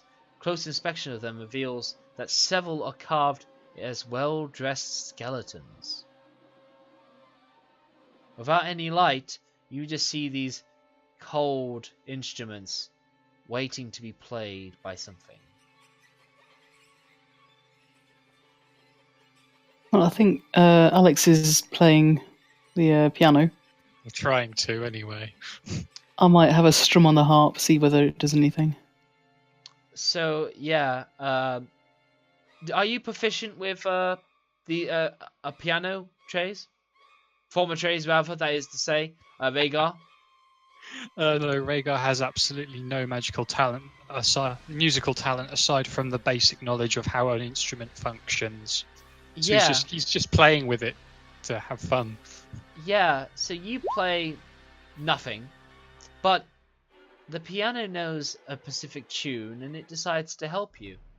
And basically, while you feel like you're fumbling around, the piano just fills in the keys that you're not pressing and makes something out of what you're trying to play. The piano knows. Oscar's orchestra. Impressive. Rhaegar will pat the piano, like, good job kind of thing, before walking away. The piano, when you walk away, doesn't fill in the keys, but instead repeats back the keys that you pressed in your, like, haphazard thing, but the piano remembers. As they say, pianos never forget. Certainly. Do I count the piano as one of my allies now? You may, if you want to. No, I'm good. For now, anyway. It's an ally. But yeah. I could very little- reduce it to kindling just to be safe, but, you know. Yeah. It might make you feel better. Anyway, I suppose there's more to search on, right? If I look out this window, can I see the kids outside? No, what you see is fog right to the window. It's like the whole world has fallen away, leaving nothing but fog. There is nothing but this house now. Nothing. Oh, Well, that's not good. I would start my way upstairs. Yes. So then, when you do, you make your way over to another hallway. Now the stairway ends here. Now the stairs have reached their limit. Over here you get to a balcony. So yeah, oh, jobs fair, lovely, perfect timing. I'm out of work. Woo! Boo! Jobs fair suddenly. The most horrifying thing. So when you climb here, you see a dusty balcony with a suit of black plate armor standing against one wall, draped in cobwebs. All of the fine, maintained stuff that was going on downstairs doesn't seem to be the case here. Here, things seem to have gotten dustier. Yeah. Well, I guess I'm slightly reassured that the progression of time Is this seems door to be open? something here. Yeah. So sorry, there's a little more space here that I didn't take into account. But anyway, Okay. So this suit of armor is pitch black plate armor, set against one side. So, yeah. Can I open the visor and look inside? Certainly you may. You look inside to see darkness, and then you see Yes. swirling darkness, and then you see swirling vortex of empty, hollow darkness form and congeal. And as you peer in, you then feel sentience in the darkness peering back at you. As the armor suddenly comes alive and starts to strike at you. Roll me initiative! Da-da-da. You have struck in the animated armor. Sorry, guys. Gilder doesn't even like armor, man.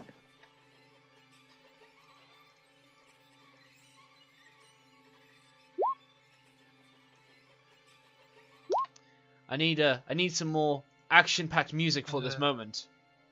Sorry, I've lost my place where I roll initiative. You click your character sheet and you click your token. Or click your token, click your character sheet. I fucking love this tune. Gotta say, it's perfect action spooky. But yeah, the animated armor. Insight, intimidation, investigation. No initiative. Oh, it's in the middle at the top. Yeah, you know this, but maybe you have to fill it in. Thank you. But yeah, give me your rolls. There we go. By the way, I ask now.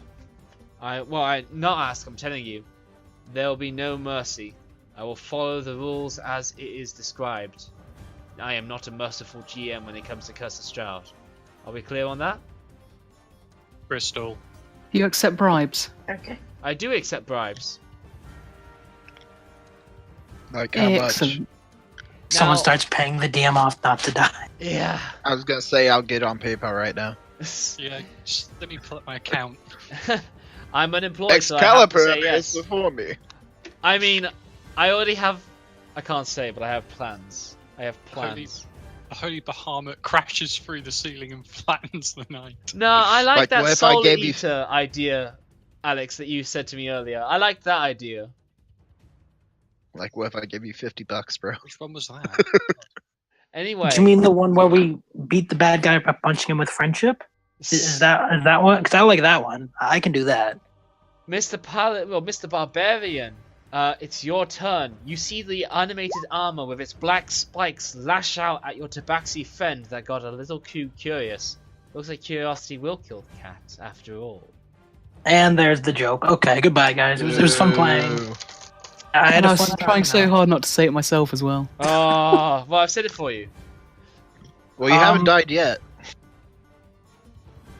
I mean, let's see. Should go over tanky or destructive? Nah, fuck it. He would probably swing a big ass hammer to break metal. That makes sense. Yes, that is a great hit, and it does hit the hard. Okay. Let me just check this damage. Yeah, sweet. So you land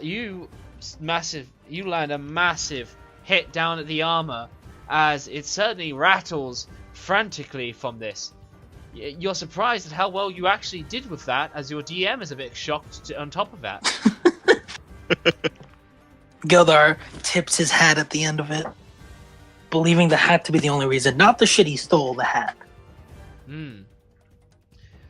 That being said, however, it will focus its rage, its cold, unfeeling rage, towards the Tibaxi, as it's its turn now, and will make 2 attacks against them. That's a 21 and a natural 1. So the 21 will hit and do 6 points of damage to you. Youch. Yes. Rhaegar, it's your turn. Rhaegar's gonna do what he does best, charge in and attack with his great scythe. Brilliant. His great scythe. Brilliant. Oh my god, that's a hit. It's a magnificent hit. Lovely. Yeah, so the Paladin that's had enough of this bullshit already is already like right out the door, ready to fuck shit up as you land your heavy scythe looking to reap the magic that possesses this animated armor. But the armor still hangs tough, though it seems particularly dented after your blow. Now then, Tibaxi, it's your turn. You're kind of between all your friends, an animated armor, and a 2-story drop with a balcony right behind your back. Jump, jump, jump, jump. I'm actually tempted. I'm going Throw it to off. engage Throw and it off. try running downstairs a little bit. Okay, so you say your action disengage and you run downstairs. Perfect. So Yeah, yeah, just get out of the way. 5, 10, 15, 20, 25. Oh, just to there, so I'm a little bit out of the way, that's all. Perfect. The animated armor tries to catch up with you as it tries to swing, but you already focus yourself and anticipate for it, and so it misses perfectly. Ozif, it's your turn. There we go. Sorry. I would go up to it and I would swing my warhammer against it. Sorry, I'm just getting a bit more edgelord on camera, as I'm just about covering one eye. Yeah. Oh, this will look super good when it's recorded later. It's gonna look really Or- stupid. Yeah, Anyway, I'll yeah. swing my warhammer against it. Yeah, brilliant. So you take up a front line to it, and you decide to get hitting. Now, when you have a go with your great warhammer, rather, the armor is tougher than you first thought. These guys made it look easy, but when you have a go, its armor is tougher to a point where it repels your attack.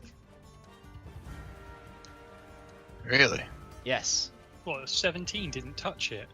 A 17 Well, he did- touched it, but didn't manage to land any significant damage to it. He did say it was plate armor. Yes. Alright Yeah, then. fair enough. You have a bonus action if you have any spells that do bonus action stuff. Let me check. I don't believe so. Well, you haven't prepared anything more than you have more spells you can have prepared. Such bonus actions include Healing Word. You better get that listed as a life domain cleric. And Isn't that level 2? Nope, but a Nope. Healing Word is level 1. What? Ay ay ay ay ay ay ay. I could swore it was level 2. I don't know your sources, but they lie to you.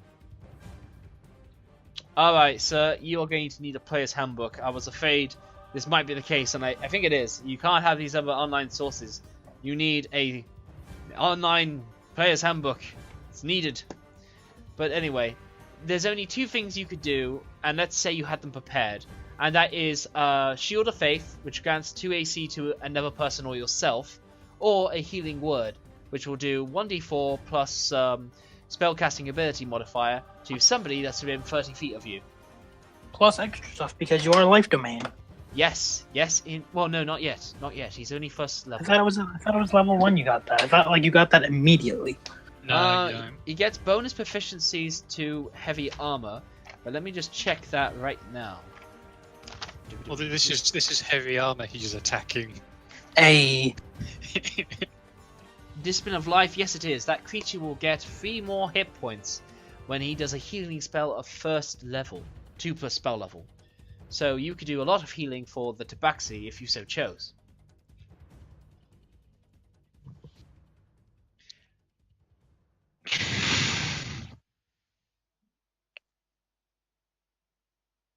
No, I'm not gonna.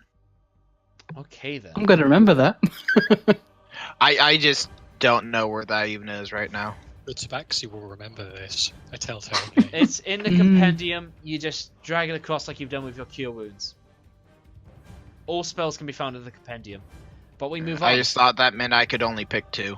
Nope, you have 2 that's given by your class domain. You then have... what's your charisma... Well, what's your wisdom modifier?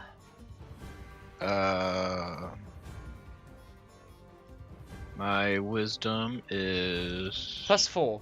So you can Yeah. prepare 4 plus spell level, class level, which is 1, other spells, which is 5. So you get the whole cleric list, and then you get to prepare 5 more from that list and change them around per day. We move on. Alright. So, Miss Hagel, what do you get up to? I think I'm gonna cast Guiding Bolt. Okay, that's an excellent idea. It's great damage, but Guiding Bolt is a ranged attack. Ranged attacks that are made in 5-foot melee, like you are now, will be made at disadvantage. So this would be Okay. kind of unwise to do. But as a last-ditch effort, if you're feeling lucky, perhaps it will work.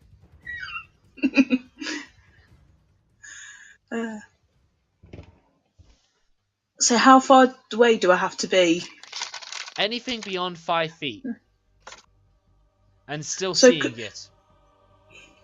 You Could I would get run past an him? attack, though. That's true. Indeed.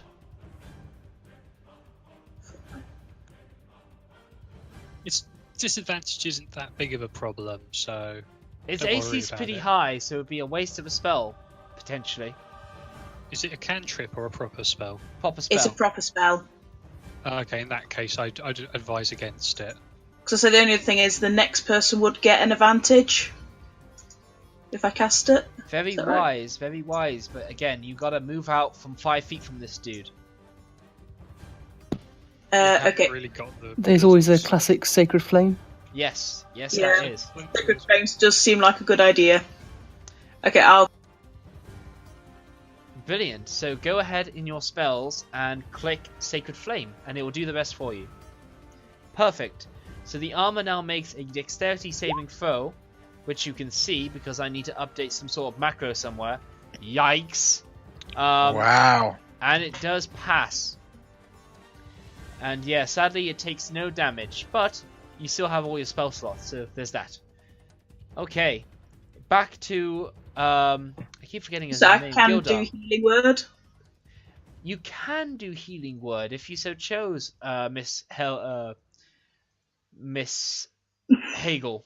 You can do Hagel. a Healing Word. Because who's it that is next to me, isn't it? You can do a Healing Word for anybody up to 30 feet from you, so the Tibaxi certainly is in range. That's probably a good idea. Brilliant. So.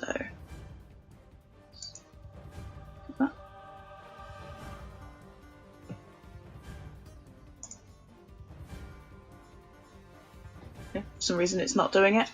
Well, I mean, if I click on your character sheet, which I will, I go to your spells, I see, I like how you have your stuff prepared. So you are clicking the cogwheel, which is wrong. That Am I- opens up its setting. And so if you click Guiding Bolt, the word now, you should see, no, not Healing Word. Healing now. Word. You should see that all happen. Oh, You probably need to pick the level as well. yes, so on your character sheet, it may be hidden underneath your character sheet, and you got to move it around, and you'll see Oh, yeah. input level value. There we go. Yeah, so just first level for now. And yes, so you send out some words of divine healing energy that head its way over to the Tibaxi, and by the looks of it, heal them up to full. Perfect. Thank you very much. Yeah. Now it's the Divine Armor's turn. Not Divine Armor, Animated Armor. Whoa, I never had my no. turn. Whoa. Whose Gilgar, turn? Come on. Oh, Gildar, Gildar. yes, sorry. Because yes. we were letting her do her spell, and I did not Yeah. wish to interrupt that. No, go Sorry. on.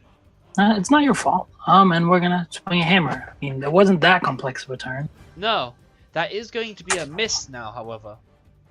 That's fair. Yes, on a 9. What did you use before? Yeah, you used them more before. Yeah, fancy that. So now it is the armor's turn.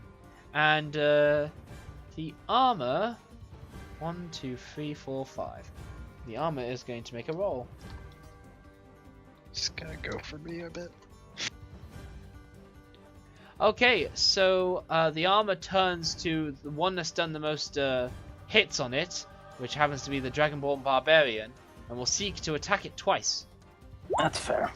Does a 19 and a 7, and only does 4 points of damage to you. A 7 definitely hits, by the way. I mean, I'm just that terrible of a character. No, I see your AC is 15. I see it all in your bubbles, which pop up when you click your token. Yeah, jokes aside, though, yep. Rhaegar, your turn. It's scythe time. Brilliant. That is not going to be a hit. This armor is now suddenly starting to become much more difficult to penetrate through. Tibaxi, it's your turn. You are healed via the Cleric in your party. Also, Cleric, do you see in your green bubble that you have a value of 2? Yes. I have set this up to be linked with your spell slots, so you can turn that 2 to a 1 now. Yep.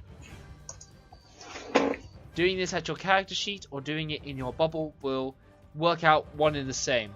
So when you do it on your character sheet, I will see it in your token, which you have done now. So great. Tibaxi, your turn. Alright, how high is the ceiling here? So you... yeah, the ceiling is about 10 feet high. Okay, well, I'm going to use my claws to climb up so I can get a better shot on this guy. Oh, do you have a And then I'm climb going to use ability? the... Yeah, I've got claws, so I've got natural climbing. Well done, then great. You can climb up the side of the walls then. You climb up 10 feet up into the air. And then I'm going to shoot down my hand crossbow and see if I can hit him. Okay, certainly, you may do that. So yeah, roll the attack.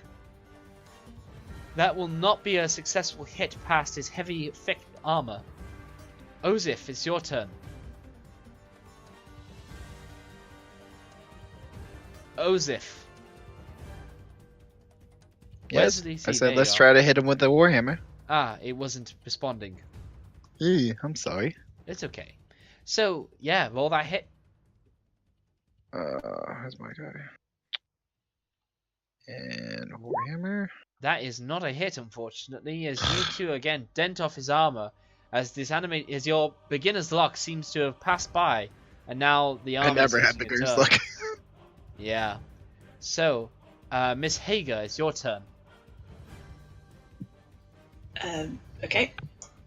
I'll try doing Sacred Flame again. Okay, brilliant. Alright, so it will make a dexterity saving throw.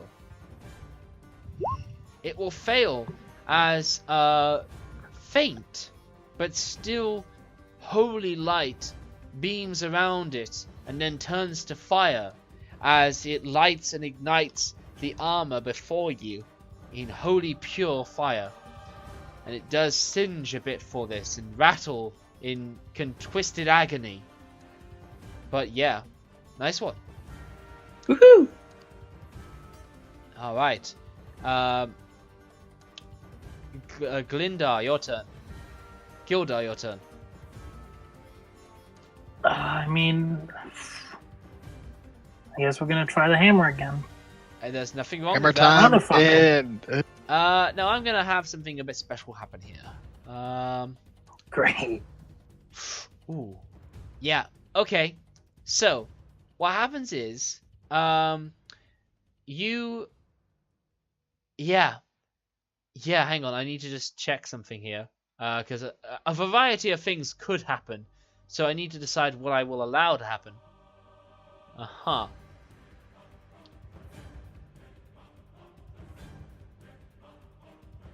Uh-huh.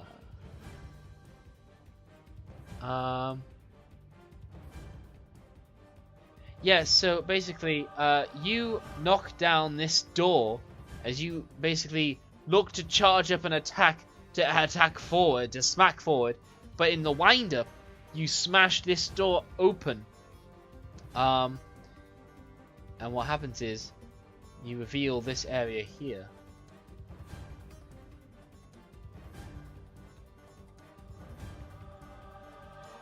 ooh, Oh, that's good. That's a good thing.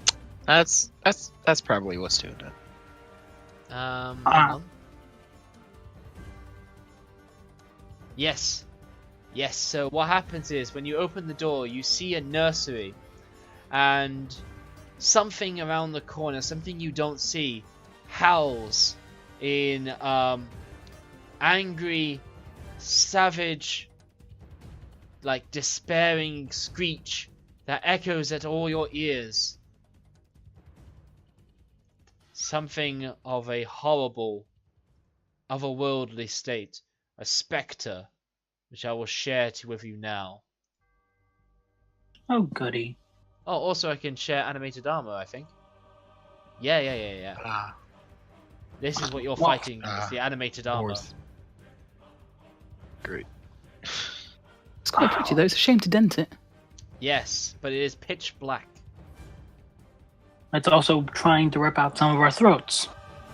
Yes. I mean, I'm mad. Gildar's mad. We're both mad. Gildar will use his bonus action after attacking to go into a rage Oh, man. because, yeah, he's about to get fucked.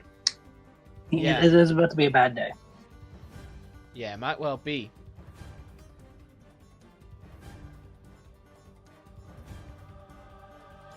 But yes, continue on with your So turn. yeah, just Gildar's just gonna go into a rage because he's pissed that he can't hit the freaking thing in front of him that he hit so easily before. Okay then. And that's his turn, as he's probably gonna get beat the crap out of now. Okay. You know that if you switch to using that shield and sword that you had, your AC would go up. I know it would go up, but that takes extra time. Oh yeah, speaking of, Ozif, are you adorning your shield at the moment that you picked up earlier? I have the shield I have with me. Okay, cool. So you have an extra shield. All right. So then, I never picked up a shield. No, Gildar's the one that grabbed a shield. was it? Oh, I'm sorry. Yep, Gildar grabbed a shield and a sword. So Okay. if he knew he was going to get gang attacked by people, he probably would have used it. But Yes. So what is happening now is that floating appears to be a maid, a chamberlain maid that screams at you with fury as her hair flays around the place. Yeah, and she will come at you, and yikes. Yeah. This'll be good. So I will allow the clerics to give me a religion check to recall something about specters. Funny enough, I'm a cleric who has -1. Oh! Wow! Wow! The good Wow! Lord said the rolls were good. Yes! Wow, well done. So I probably know all about it. yes, you do. So I will. You know what? You know what? That's no, I can't share all that. Yeah, But yeah. just you show me. remember that they have a specific life-draining touch. That when they touch a creature, they will likely siphon it of its health and will make it harder to stay alive. This essentially means that it's going to reduce its hit points maximum if the creature fails. You also remember that these creatures are weak to the sunlight, and under the glorious rays will they start to be attacking at disadvantage and what have you. Anyone got a Bulbasaur? A Bulbasaur. Well, Bulbasaur just uses the light Bulbasaur that's for given. sunlight. Yeah, You're Solar beam. You're they're specifically basically Bulbasaurs that specters are. Yeah, this place is not lit, by the way. I'm keeping that maintained. This is not lit, so you're seeing a dark, ghostly apparition in the swirling pale light that's coming through somehow, echo through this place. But because of that crit or auto share, these are ghosts with unfinished business. There's no rest or redemption that awaits these creatures, as it's doomed to be in the material plane only until it meets its oblivion. They have undying hatred, that life is beyond their grasp, and the envy they share for that completely makes them hate all like other creatures. It's undead in nature, so it doesn't require air, food, drink, or sleep, as it will happily carry on hunting anybody it so chooses. There's also dwellers in darkness, for the sake of the fact that sunlight represents a source of life, and no spectre can ever hope to douse or it pain them. Sunlight is life and spectres are death. And you get all of that from that crit. Now then, Mr. Gildar, you have disturbed the resting place of this housemaid, and she will strike at you with sharpened nails of necrotic energy. And on a 16, that's going to be a hit. Now, Mr. Gildar, I need you to make me a Constitution saving throw, please. Yeah, okay. Oh, fantastic! So, as a Wow. hearty barbarian, you are ready to repel the chilling coldness that seeks to shiver your very soul. Super hardy. Gildar is knocked unconscious. Yes. Okay. Yes, so you take 11 points of necrotic damage, and your hit point maximum is not reduced. Why is your health 0 already? Because I already took the 4 from before. It was enough to knock me unconscious. Ah, great. So yeah, you are knocked prone, and you are dying out. You'll be doing death saving throws now on your next turn. Yep. But yeah, your barbarian has gone I- down. Sorry. Ignore that. Okay, I didn't hear anything. It is the animated armor's turn, and the animated armor will turn to the cleric, and will then start to slap at her with its hands. Well, with its gauntlets rather. Oh yikes! That spectre was not what you needed right now. The animated art. Well, you see what it rolls, so that's going to be a hit on you, and it does 6 points of damage to you. Wow. Yes. So, again with your crit, wow, okay. Spectres have resistance to basically all damage from non-magical weapons. Certainly no necrotic or poison. It can't be in any status effect. Yeah, holy shit. Is there any weakness? No, but purifying it with Just holy somebody- light may make you feel better about it. My apologies, guys. I'll just throw it out here now. I'll just lie here. But yes, yeah, you've taken your hit points down now. And now it is Vagar's turn. It's scythe time on the armor.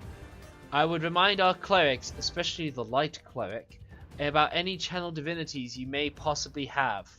If you Not have at them. level 1 we don't. Oh, well then you're fucked. At level 1 we got nothing. Yeah, you're fucked. Just plain straight up fucked. But go on, Vagar. Oh, that's the great. Oh my god, Vagar, amazing. So Destroy the armor.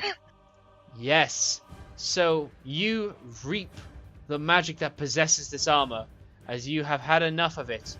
You won't stand for it, and you slice and cleave through the metal, tearing through it, as you then end its existence. In my movement phase, I'm going to up and occupy its former space, kicking its proverbial way. No, absolutely. And I need to check if this is an action or not. Man. Can't do anything. You can Yeah. stand above Gildar if you so chose. I'm standing next to Gildar, so could I protect Gildar? You could do that better by standing above him. Brilliant. And now you're in front of the Spectre, as I wanted. Nyahahaha. Whoop, my hat fell off. I got too into my evil laugh. Okay, next up is the Tibaxi. Now that your animated armor pursuer is down, you're now joined in by a ghastly, ghostly visage. Yeah, so I'm going to clamber along the wall and then try and shoot this spectre. Now, this is going to be a difficult shot because of what's going on here. It will Don't have hit half us. cover, especially as you're trying to make the shot around your Paladin buddy. So it will have +2 to its AC. Make that attack. Sure. Come on.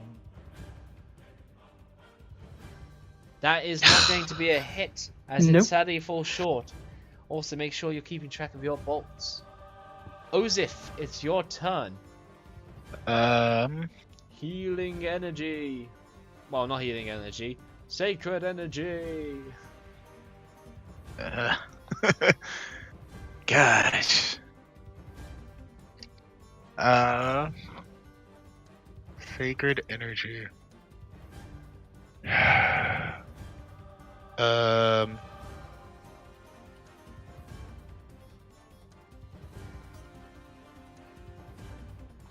was gonna say I can take Sacred Flame, right? Yeah, you can do a Sacred Flame. I mean, I have room for it from my spells, right? It's a cantrip, so yeah. Okay. Yeah, I will. Let me drag that over real quick. What is this? What is this? That's Spell of the Dying. That's Thaumaturgy. That's Mending. That's your free cantrips. You do not have Yeah. Sacred Flame. Hmm. Okay, you will have to. Can I use? Oh, if only you had your can I spells use- ready. Can I use my thaumaturgy to close the door? Sure. Which door do Yeah. you want to close? Oh, Oh, this one. Yeah. yeah.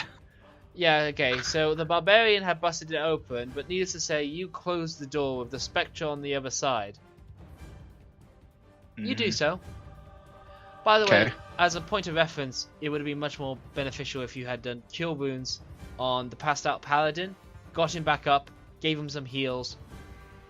Who am I to judge? Or spare the dying, because he is currently dying out. All possible suggestions.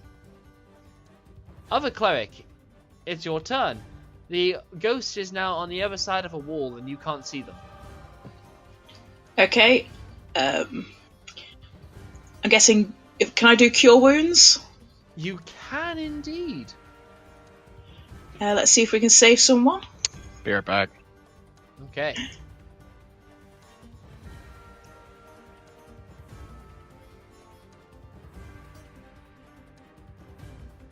So just like before with the healing word, you gotta find the level slot and beautiful, beautiful. So yes, you stabilize Gildar and give him 8 hit points. He's still prone, but he awakens with your healing touch as you use your last spell slot for him. And on his turn, he will be able to get up from prone as you restore him back to life. Yep, that's good. Brilliant. Gildar, it's your turn. You have a man standing above you. Wow, that's just a little awkward. And the spectre is closed behind a door. Closed behind a door. Well, I mean, Gildar could throw this man off him, but he's gonna crawl back a little bit and then stand up. Yes, you do so. And you do so relatively easily. And then with the rest of his actions, he's gonna switch to going sword and shield for the rest of this adventure. Okay. Now, the spectre moves through the ghostly wall like it's nothing, and then continues to make its way over here.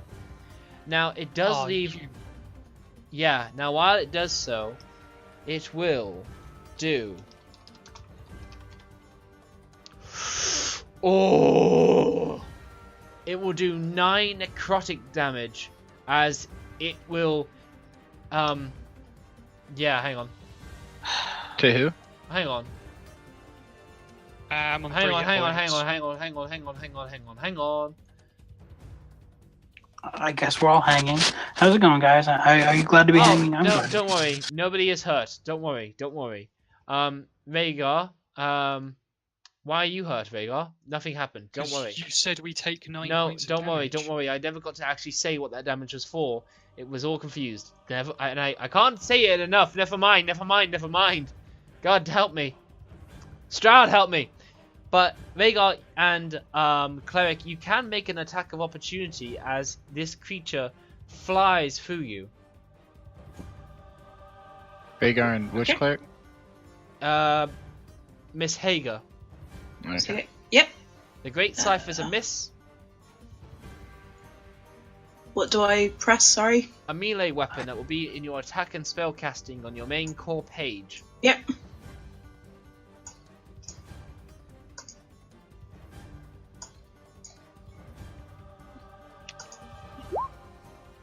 Oh. Okay. Yeah, beautiful. Is that right? Yes, and that is a hit. And Woohoo! That's a hit. you click the mace damage there for me, please. Damn. The mace word there as it appears in the chat, and it will do damage for you. Beautiful. There we go. So you slack your mace against this ghost, and while it doesn't do a lot of damage, the ghost seems to mimic the pain it would have felt in life, as maybe a bit of holy energy is just lingering on that, just enough to make it, hurting on this creature. By the way, I highly recommend looking up the spell Bless. Rhaegar. Oh no, it's still its turn, and it's going to touch it's going to finish the job on the barbarian that so rudely interrupted its hellish sleep. Mr. Barbarian, you are not hit, but your AC has not increased, which you will need to focus on fixing and changing around. But anyway, Yeah, I'll edit it. yeah, that ghost basically fails this attack, and now it is Rhaegar's turn. It's getting a bit crowded, Rhaegar. Yeah, it is. So I'm going to move up behind the ghost. So you cannot So do that. It will be You cannot it would move be through an like- enemy space. no, but I can move through allies. So I would go barbarian, rogue, space. I follow and do an attack while you move that way. Oh, no, you can't do that. You may move not? as follows. You are blocked off by I'm that kind of spectre. on the ceiling at the moment, so you could stand underneath me. You could indeed. Very well, I'll stand underneath the charming Taxaboy. Ozif, you get 2 spells prepared given to you by your class. You then get your wisdom modifier plus your class level in prepared spells on top of the 2 given to you. Then you have all the spells that are given to you as a first level cleric known. Everything Okay. else I've just said is spells that you can prepare out of those that you know, and you know all of them of first level. Okay. And yes, Alex, that is a hit, and yes, that is damage. And it was mighty, but as it strikes through the spectre, it seems like even your mimicking of the Grim Reaper is not going to take its soul easily. For now. Tibaxi, it's your turn. There is a spectre looming beneath you. Yeah, I am gonna back up a little bit and then shoot it. Okay, so you shimmy away. Now, because you're at 10 feet, it possesses a 5% per feet square. It will make an attack of opportunity against you as you move away. Sure. That will be a 16 against your AC of 15, which will be a hit. And I'd like you to roll me a Constitution saving throw, please. That is a failure. So your health goes down by 9, and your That's not good. maximum hit points goes down by 9 as well. Oh no. Yes. So basically, you're now on 1 out of 1 hit point. That is Yeah. Google Chrome help. That's not what I wanted right now. God damn it, Google. You son of a bitch. Google is offended. So yeah, you have a full 1 hit point out of 1 as you can feel the plucking of your own heartbeat, so thin on the cord that's so ready to be snipped. Yeah, I'm not liking that. No, you're not. As her claw basically swipes through your chest as you feel the cold apparition swipe at your very heart. Ozif, it's your turn.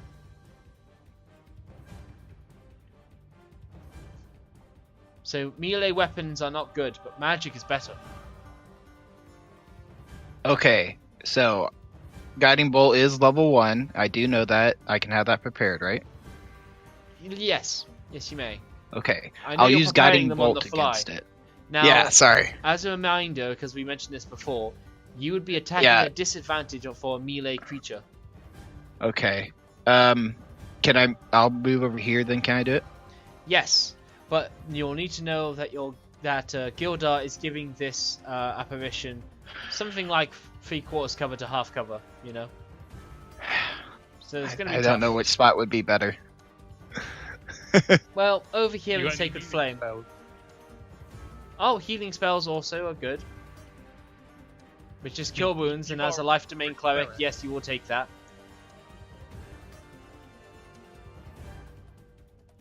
What? Okay, you're a Life Domain Cleric. The spell Cure Wounds will, in some way or another, end up in your repertoire. Otherwise, you have Yeah. something very wrong. You could spend this turn to heal your other cleric friend who is hurt, Okay, or your yeah. Gildar friend. I'll heal her then. Miss Hagar. Thank you very much. Yes. Cure Lovely. wounds. Yes, roll that Cure Wounds health. Okay. Level 1. Beautiful! And that's even more as it goes all the way to 15.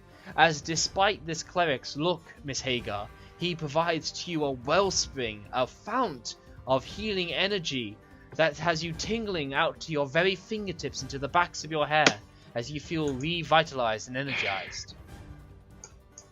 I can feel my feelings changing towards him. Yes, literally, perhaps. And yeah, he still looks like the gruttiest deaf cleric you've ever seen, but But there might be a reason to that. Yeah. But What somehow, backstory is? You want my backstory? not now. Role No, play. no, Yeah, I'm not now. making Don't jokes. worry. Yeah, Besides, my character wouldn't even tell you about it. yeah, that's fair. Well, now I'm offended. But either No. way, whatever makes him a life cleric, it seems to make him a damn good one, and it feels that way as you're healed by him. Yeah. It is now your turn, fully revitalized by your cleric-y bro. Now, you could have done a guiding bolt now, and it would not have been a disadvantage, but you are out of spell slots, so you're down to your cantrips, which in this case, I recommend is Sacred Flame. Going with Sacred Flame. Beautiful. Hey. The spectre passes, though, and dodges out of the fire that you conjure before it. You have your movement if you wish to take it. This whole area is open to you, and there is no spectre in there. I'm going to move back. Let's see if I can move to here. Yeah, sweet. You do so. Okay. Inside, you see a nursery, and you see a bed that has... hang on, let me just read this. Yeah. It contains a large bed, 2 end tables, and an empty wardrobe mounted on a wall. There's a full-length mirror with an ornate wooden frame carved to look like ivy and berries. But yeah, and the nursery contains a crib, which I think is over here, with hanging black shrouds, and that basically looks ominous to you from where you are with the spectre over there. Gildar, it's your turn. Okay, Kildar's gonna try to get some revenge on this guy. On this lady, fine. but yes. I mean, he's not assuming gender right now. Oh, hey, that is a hit. So, what you find Ooh. with that weapon, while it was great damage, it refuses to land a hit on the former owner, well, not owner, but a member of this house. So it's useless. Against her. Mm-hmm. And does no damage to her. Then, bonus action, or with my free action again, can I drop it and like pull out a hand axe or something instead? You may absolutely do that, but it will be the end of your turn by then. Yeah, because he assumed it would fucking work. It's a sword. He's not used to magic. Fair point. You know, it should technically have worked, but it's just fucking house. This Magic. fucking house, House indeed. rules. And the house does rule, indeed. It's all because of those meddling kids. Now it is the Spectre's turn, and it will punish you for trying to use one of the Master's swords against her. They roll a massive hit and do massive damage. Gosh. Make that Oh. Constitution saving throw, otherwise I'm gonna have to... Ooh. So, I was gonna say, Uh. if you had failed that, I would have to rule that you are below your, you're below zero. hope. And I would have to say you are necrotized to death. Fortunately, however, you meet the DC.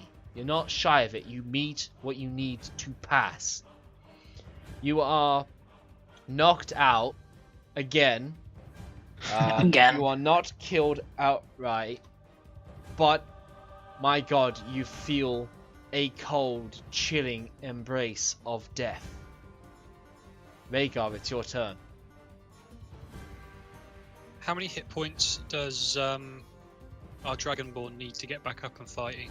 Any. 1. Then instead of attacking with my great scythe, I will use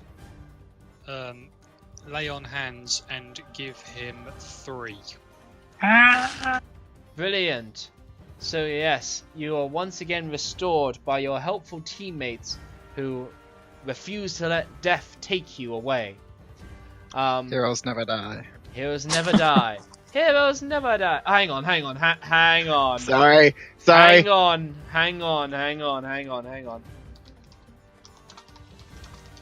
He's Hang gonna on. change it to Overwatch music. Yeah, No. you kind of walked in. Oh fuck it! I don't know what that is. It's something by alright. Dave Chapman. It isn't just the clip I want. There's an Overwatch rap here, but No, It's what I God, want. no. Different time maybe. yeah. All right then. So anyway, carrying on. I brought back thanks to Rhaegar, and yes, Tibaxi makes a shot from her heightened position, and yes, that is a hit. Well done. And I'll do sneak attack as well. Yes, you will, as the Does ghost. sneak attack on crossbows? Yes, you do. Hand crossbows. Well, As long as it's a dex weapon, you can. it is indeed, but also, well, that's not great. But also, it's still chipping in. It's still taking this spectre down bit by bit. Ozif, it's your turn. So, he's prone right now, right? Yes, he is. Alright, so now I can move back, then shoot him with Guiding Bolt, right? Yes, you can. But you will take an Okay. attack of opportunity as you do so. Okay. Yeah, do you carry on with that? Yeah. Okay.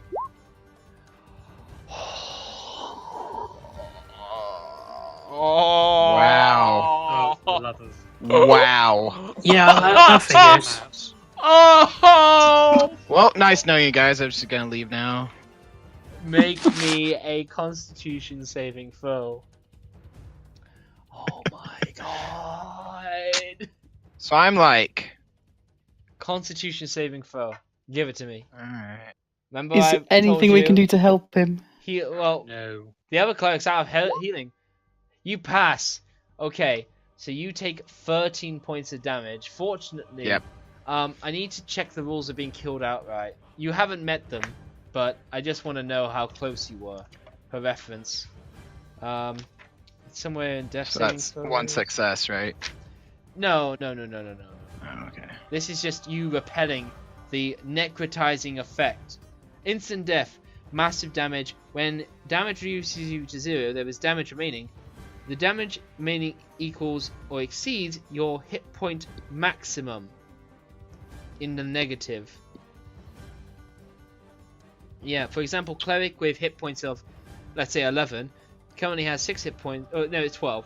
Currently has 6 hit points. If she takes 18 damage from an attack, she is reduced to 0, but 12 remaining, they would die outright.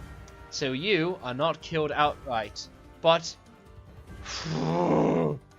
yeah, you are definitely knocked on your ass, as in all your life, suddenly this deadly creature turns its hate and malice to you. Oh my. Okay, other cleric, it's your turn. Miss Hagar. Okay.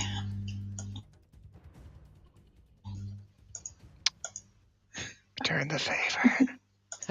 They have I've no got healing no slot. healing. Nope. I know. You could do Spare the Dying to stabilize at least. Do you have that prepared? Probably It's not. a cantrip, isn't it? Yes, but they only have so many, and I see 4 listed, and I'm going to be curious about that, because that doesn't seem right. Light was a free cantrip from being a light cleric. Yes, So the very other 3 good. she picked and light was a bonus. Thank you very much, very good. And yes, you do have Spare the Dying, and yes, you can use that to automatically stabilize your friend if you want to.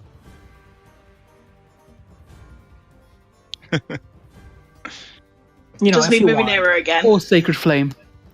Yeah, you could do a Sacred Flame at range, or you could move in and you can Spare the Dying your buddy. How many turns has he got before he's dead? That 3. depends on how well he rolls. It could be 3, it could be 1 if he rolls a 20 on his next saving throw, you know? So it really depends on what his odds are like. Worst comes to worst, the lowest amount of turns he can die in is 2 without getting attacked. So I can try and I will do Sacred Flame this turn. No, it would be, well, I don't know, but we'll Well, see. no, if you roll a You if you could just cure me this turn. He could. But if you roll a nat 1, you get 2 failed death saves. I don't believe So- so. Maybe that's correct. But anyway, I'll check No, that out. you do.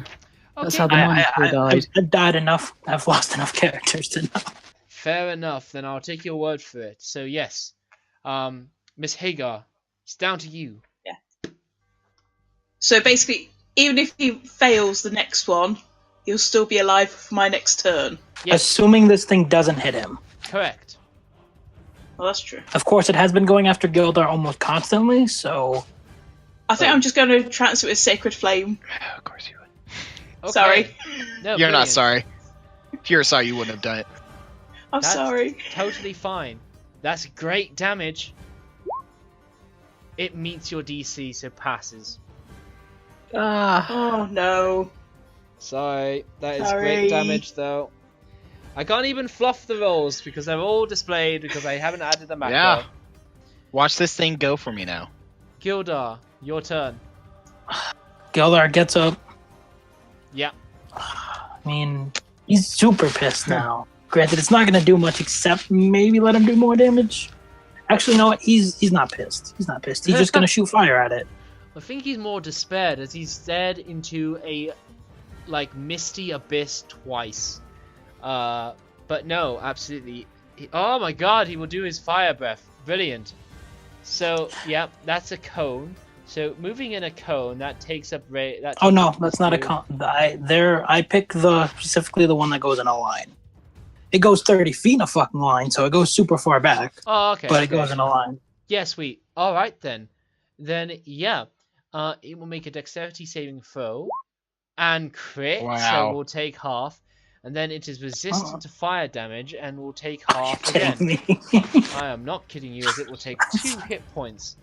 But needless to say, you set the walls around this corridor slightly scorched as the fire goes through the cold apparition. Oh, that's me, guys. I'm gonna go down this turn again.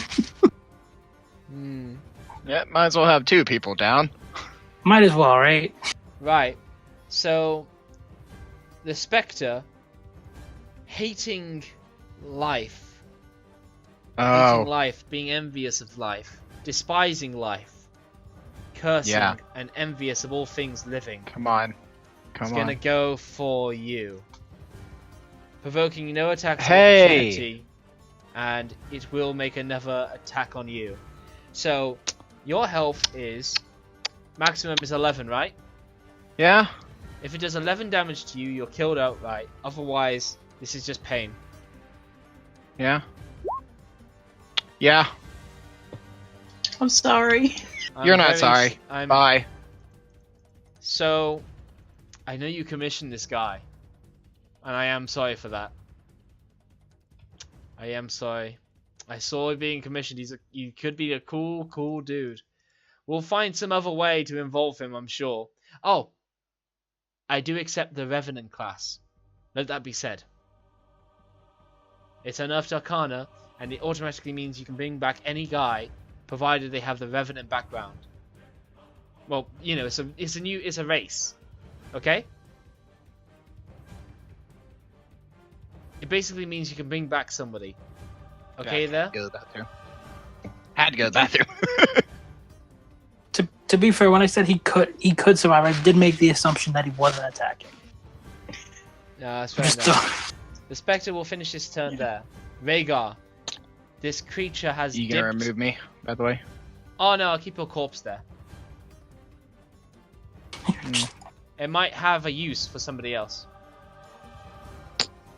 Doubt it. Okay then. So yeah, that is going to be a hit, and that's going to be decent damage. But due to it being non-magical, it still isn't doing so well. But will do enough. The Spectre is looking, and already has been looking for a little while, quite bloodied, in the sense that it's pretty hurt at this point, as it is wailing and sobbing and like sadly happy that it's managed to take another creature to the abyss, and we'll talk about what you see on the other side there. So Tibaxi, it's your turn. This thing has killed a friend of yours. Yeah, do I count as being close range with it, or am I kind of out of the way because I'm high up enough? You're out of the way. You're out of the way. Cool. Crossbow again then. Brilliant. That is going to be a hit. Roll damage, and you have your sneak attack. Yeah. I do. Oh, Again. ah! That puts the damage to 12, which takes the damage half to 6. Mr. Tibaxi, the maid looks at you one last time, savoring its kill that it just did with its enemy, and you shoot it through her face as she screams and perishes. Well done. Whew. Sure. Hang on. Hang on. Yeah, hang on.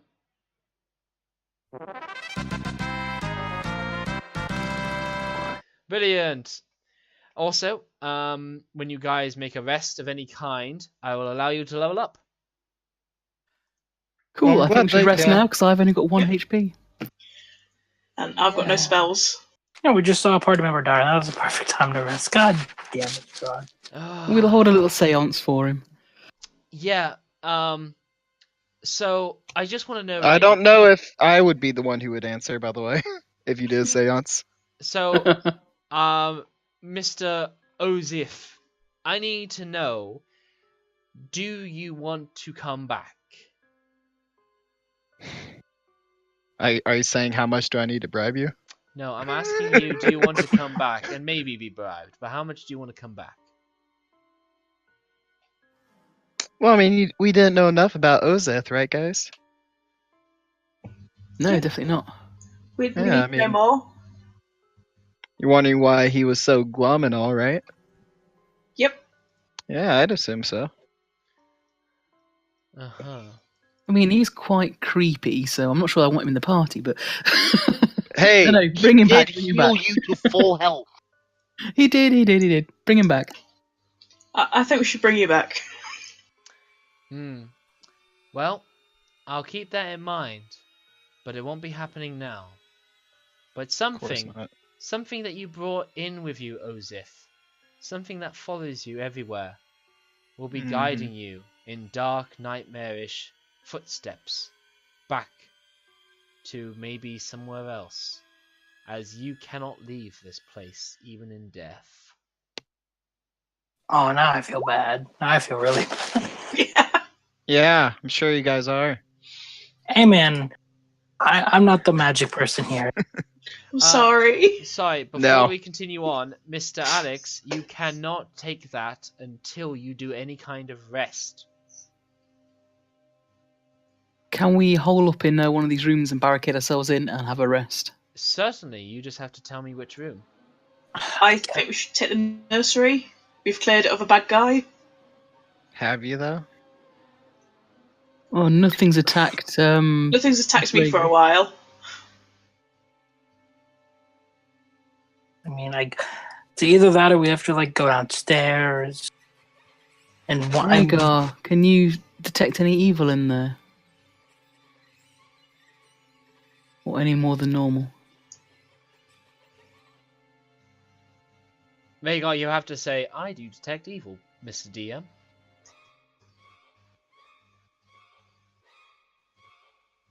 Are you on mute? No, he does have regular issues with his mic, though. It's a shame. Ah, my ears! Am I back? Yes, well, you're that's back. what I wanted to hear today. Okay, Yeah. Mr. DM, I'd like to detect evil. Or use my divine senses. Thick everywhere. You especially feel a thick, powerful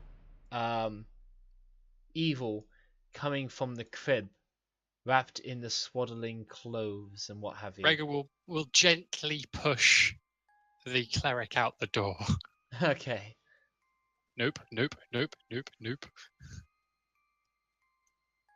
Downstairs might be safer then. Downstairs sounds good. Okay, yeah.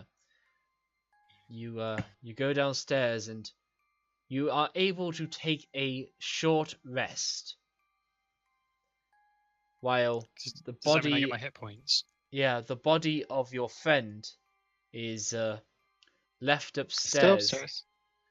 And you leave him there, right? What's my thing keep Are you scrolling? sure we can't fit a long rest in? No, you cannot fit a long rest We've had a in. long and tiring day. Not in this house. I've only got 1 HP. Well, it does say, oh, finishes a long rest. Yeah. No, you are not able to get a long rest in this house. It will be a short rest. Oh dear. Do we still level up, or Yes, is that? you do. Do I get mean- my Luke? Do I get my healing hands hit points back after a short rest? I can't find anything in the Your lay player's on note. hands, I believe not. You will only get that back on a long rest. Nice. Very well. Also, level 2, I get spell casting. And you also get more lay on hands. Do I? Yeah, Oh yeah, it's because my Paladin level times 5, so you get 5 more lay on hands. So that would make it a total of 6. No, 7 right now. Yes, out of 10. Brilliant. Alright then. Do we, for the sake of this, are we just gonna add the new hit points we get on top of our maximum and the current ones we have, or? So, you'll do your short rest hit die that you recover, and then you will do your level up. Okay. So, cool news, I get Divine Smite at 2nd level. Yeah, Which would've and been also really Gildar. helpful. Wow. Excellent. That's really cool. You have 30 hit points already. Wow. Yep. That's amazing. Gildar is now gonna be full on tank today. Oh yeah. Oh yeah. That's really cool. Quick question, Luke, because I have not yet. learned- No, not yet. Soon, Oh. soon, but not yet. So you guys take. I'm also just for record, I'm also taking my fighting style because I Yeah. have to. You are. Give me a second. Just a small second. Yeah, I'll promise I'll underhear all this. But you guys take a short rest in maybe the parlor or somewhere. And whenever you peek outside any of the windows, there is still the thick mist swirling, making all the world fade away, as there's nothing outside this house. It's a cursed, dark, blotted eyesore of a house, with several cursing, baying souls creeping through every portrait and every single carpet and drape that is around the place. You rest, but you feel anxious. Above all else, it doesn't feel like the spirit of your dwarfen friend has even managed to make it out of the house, even now in death. And with that, I will leave this episode here, and I'll catch you next time next week.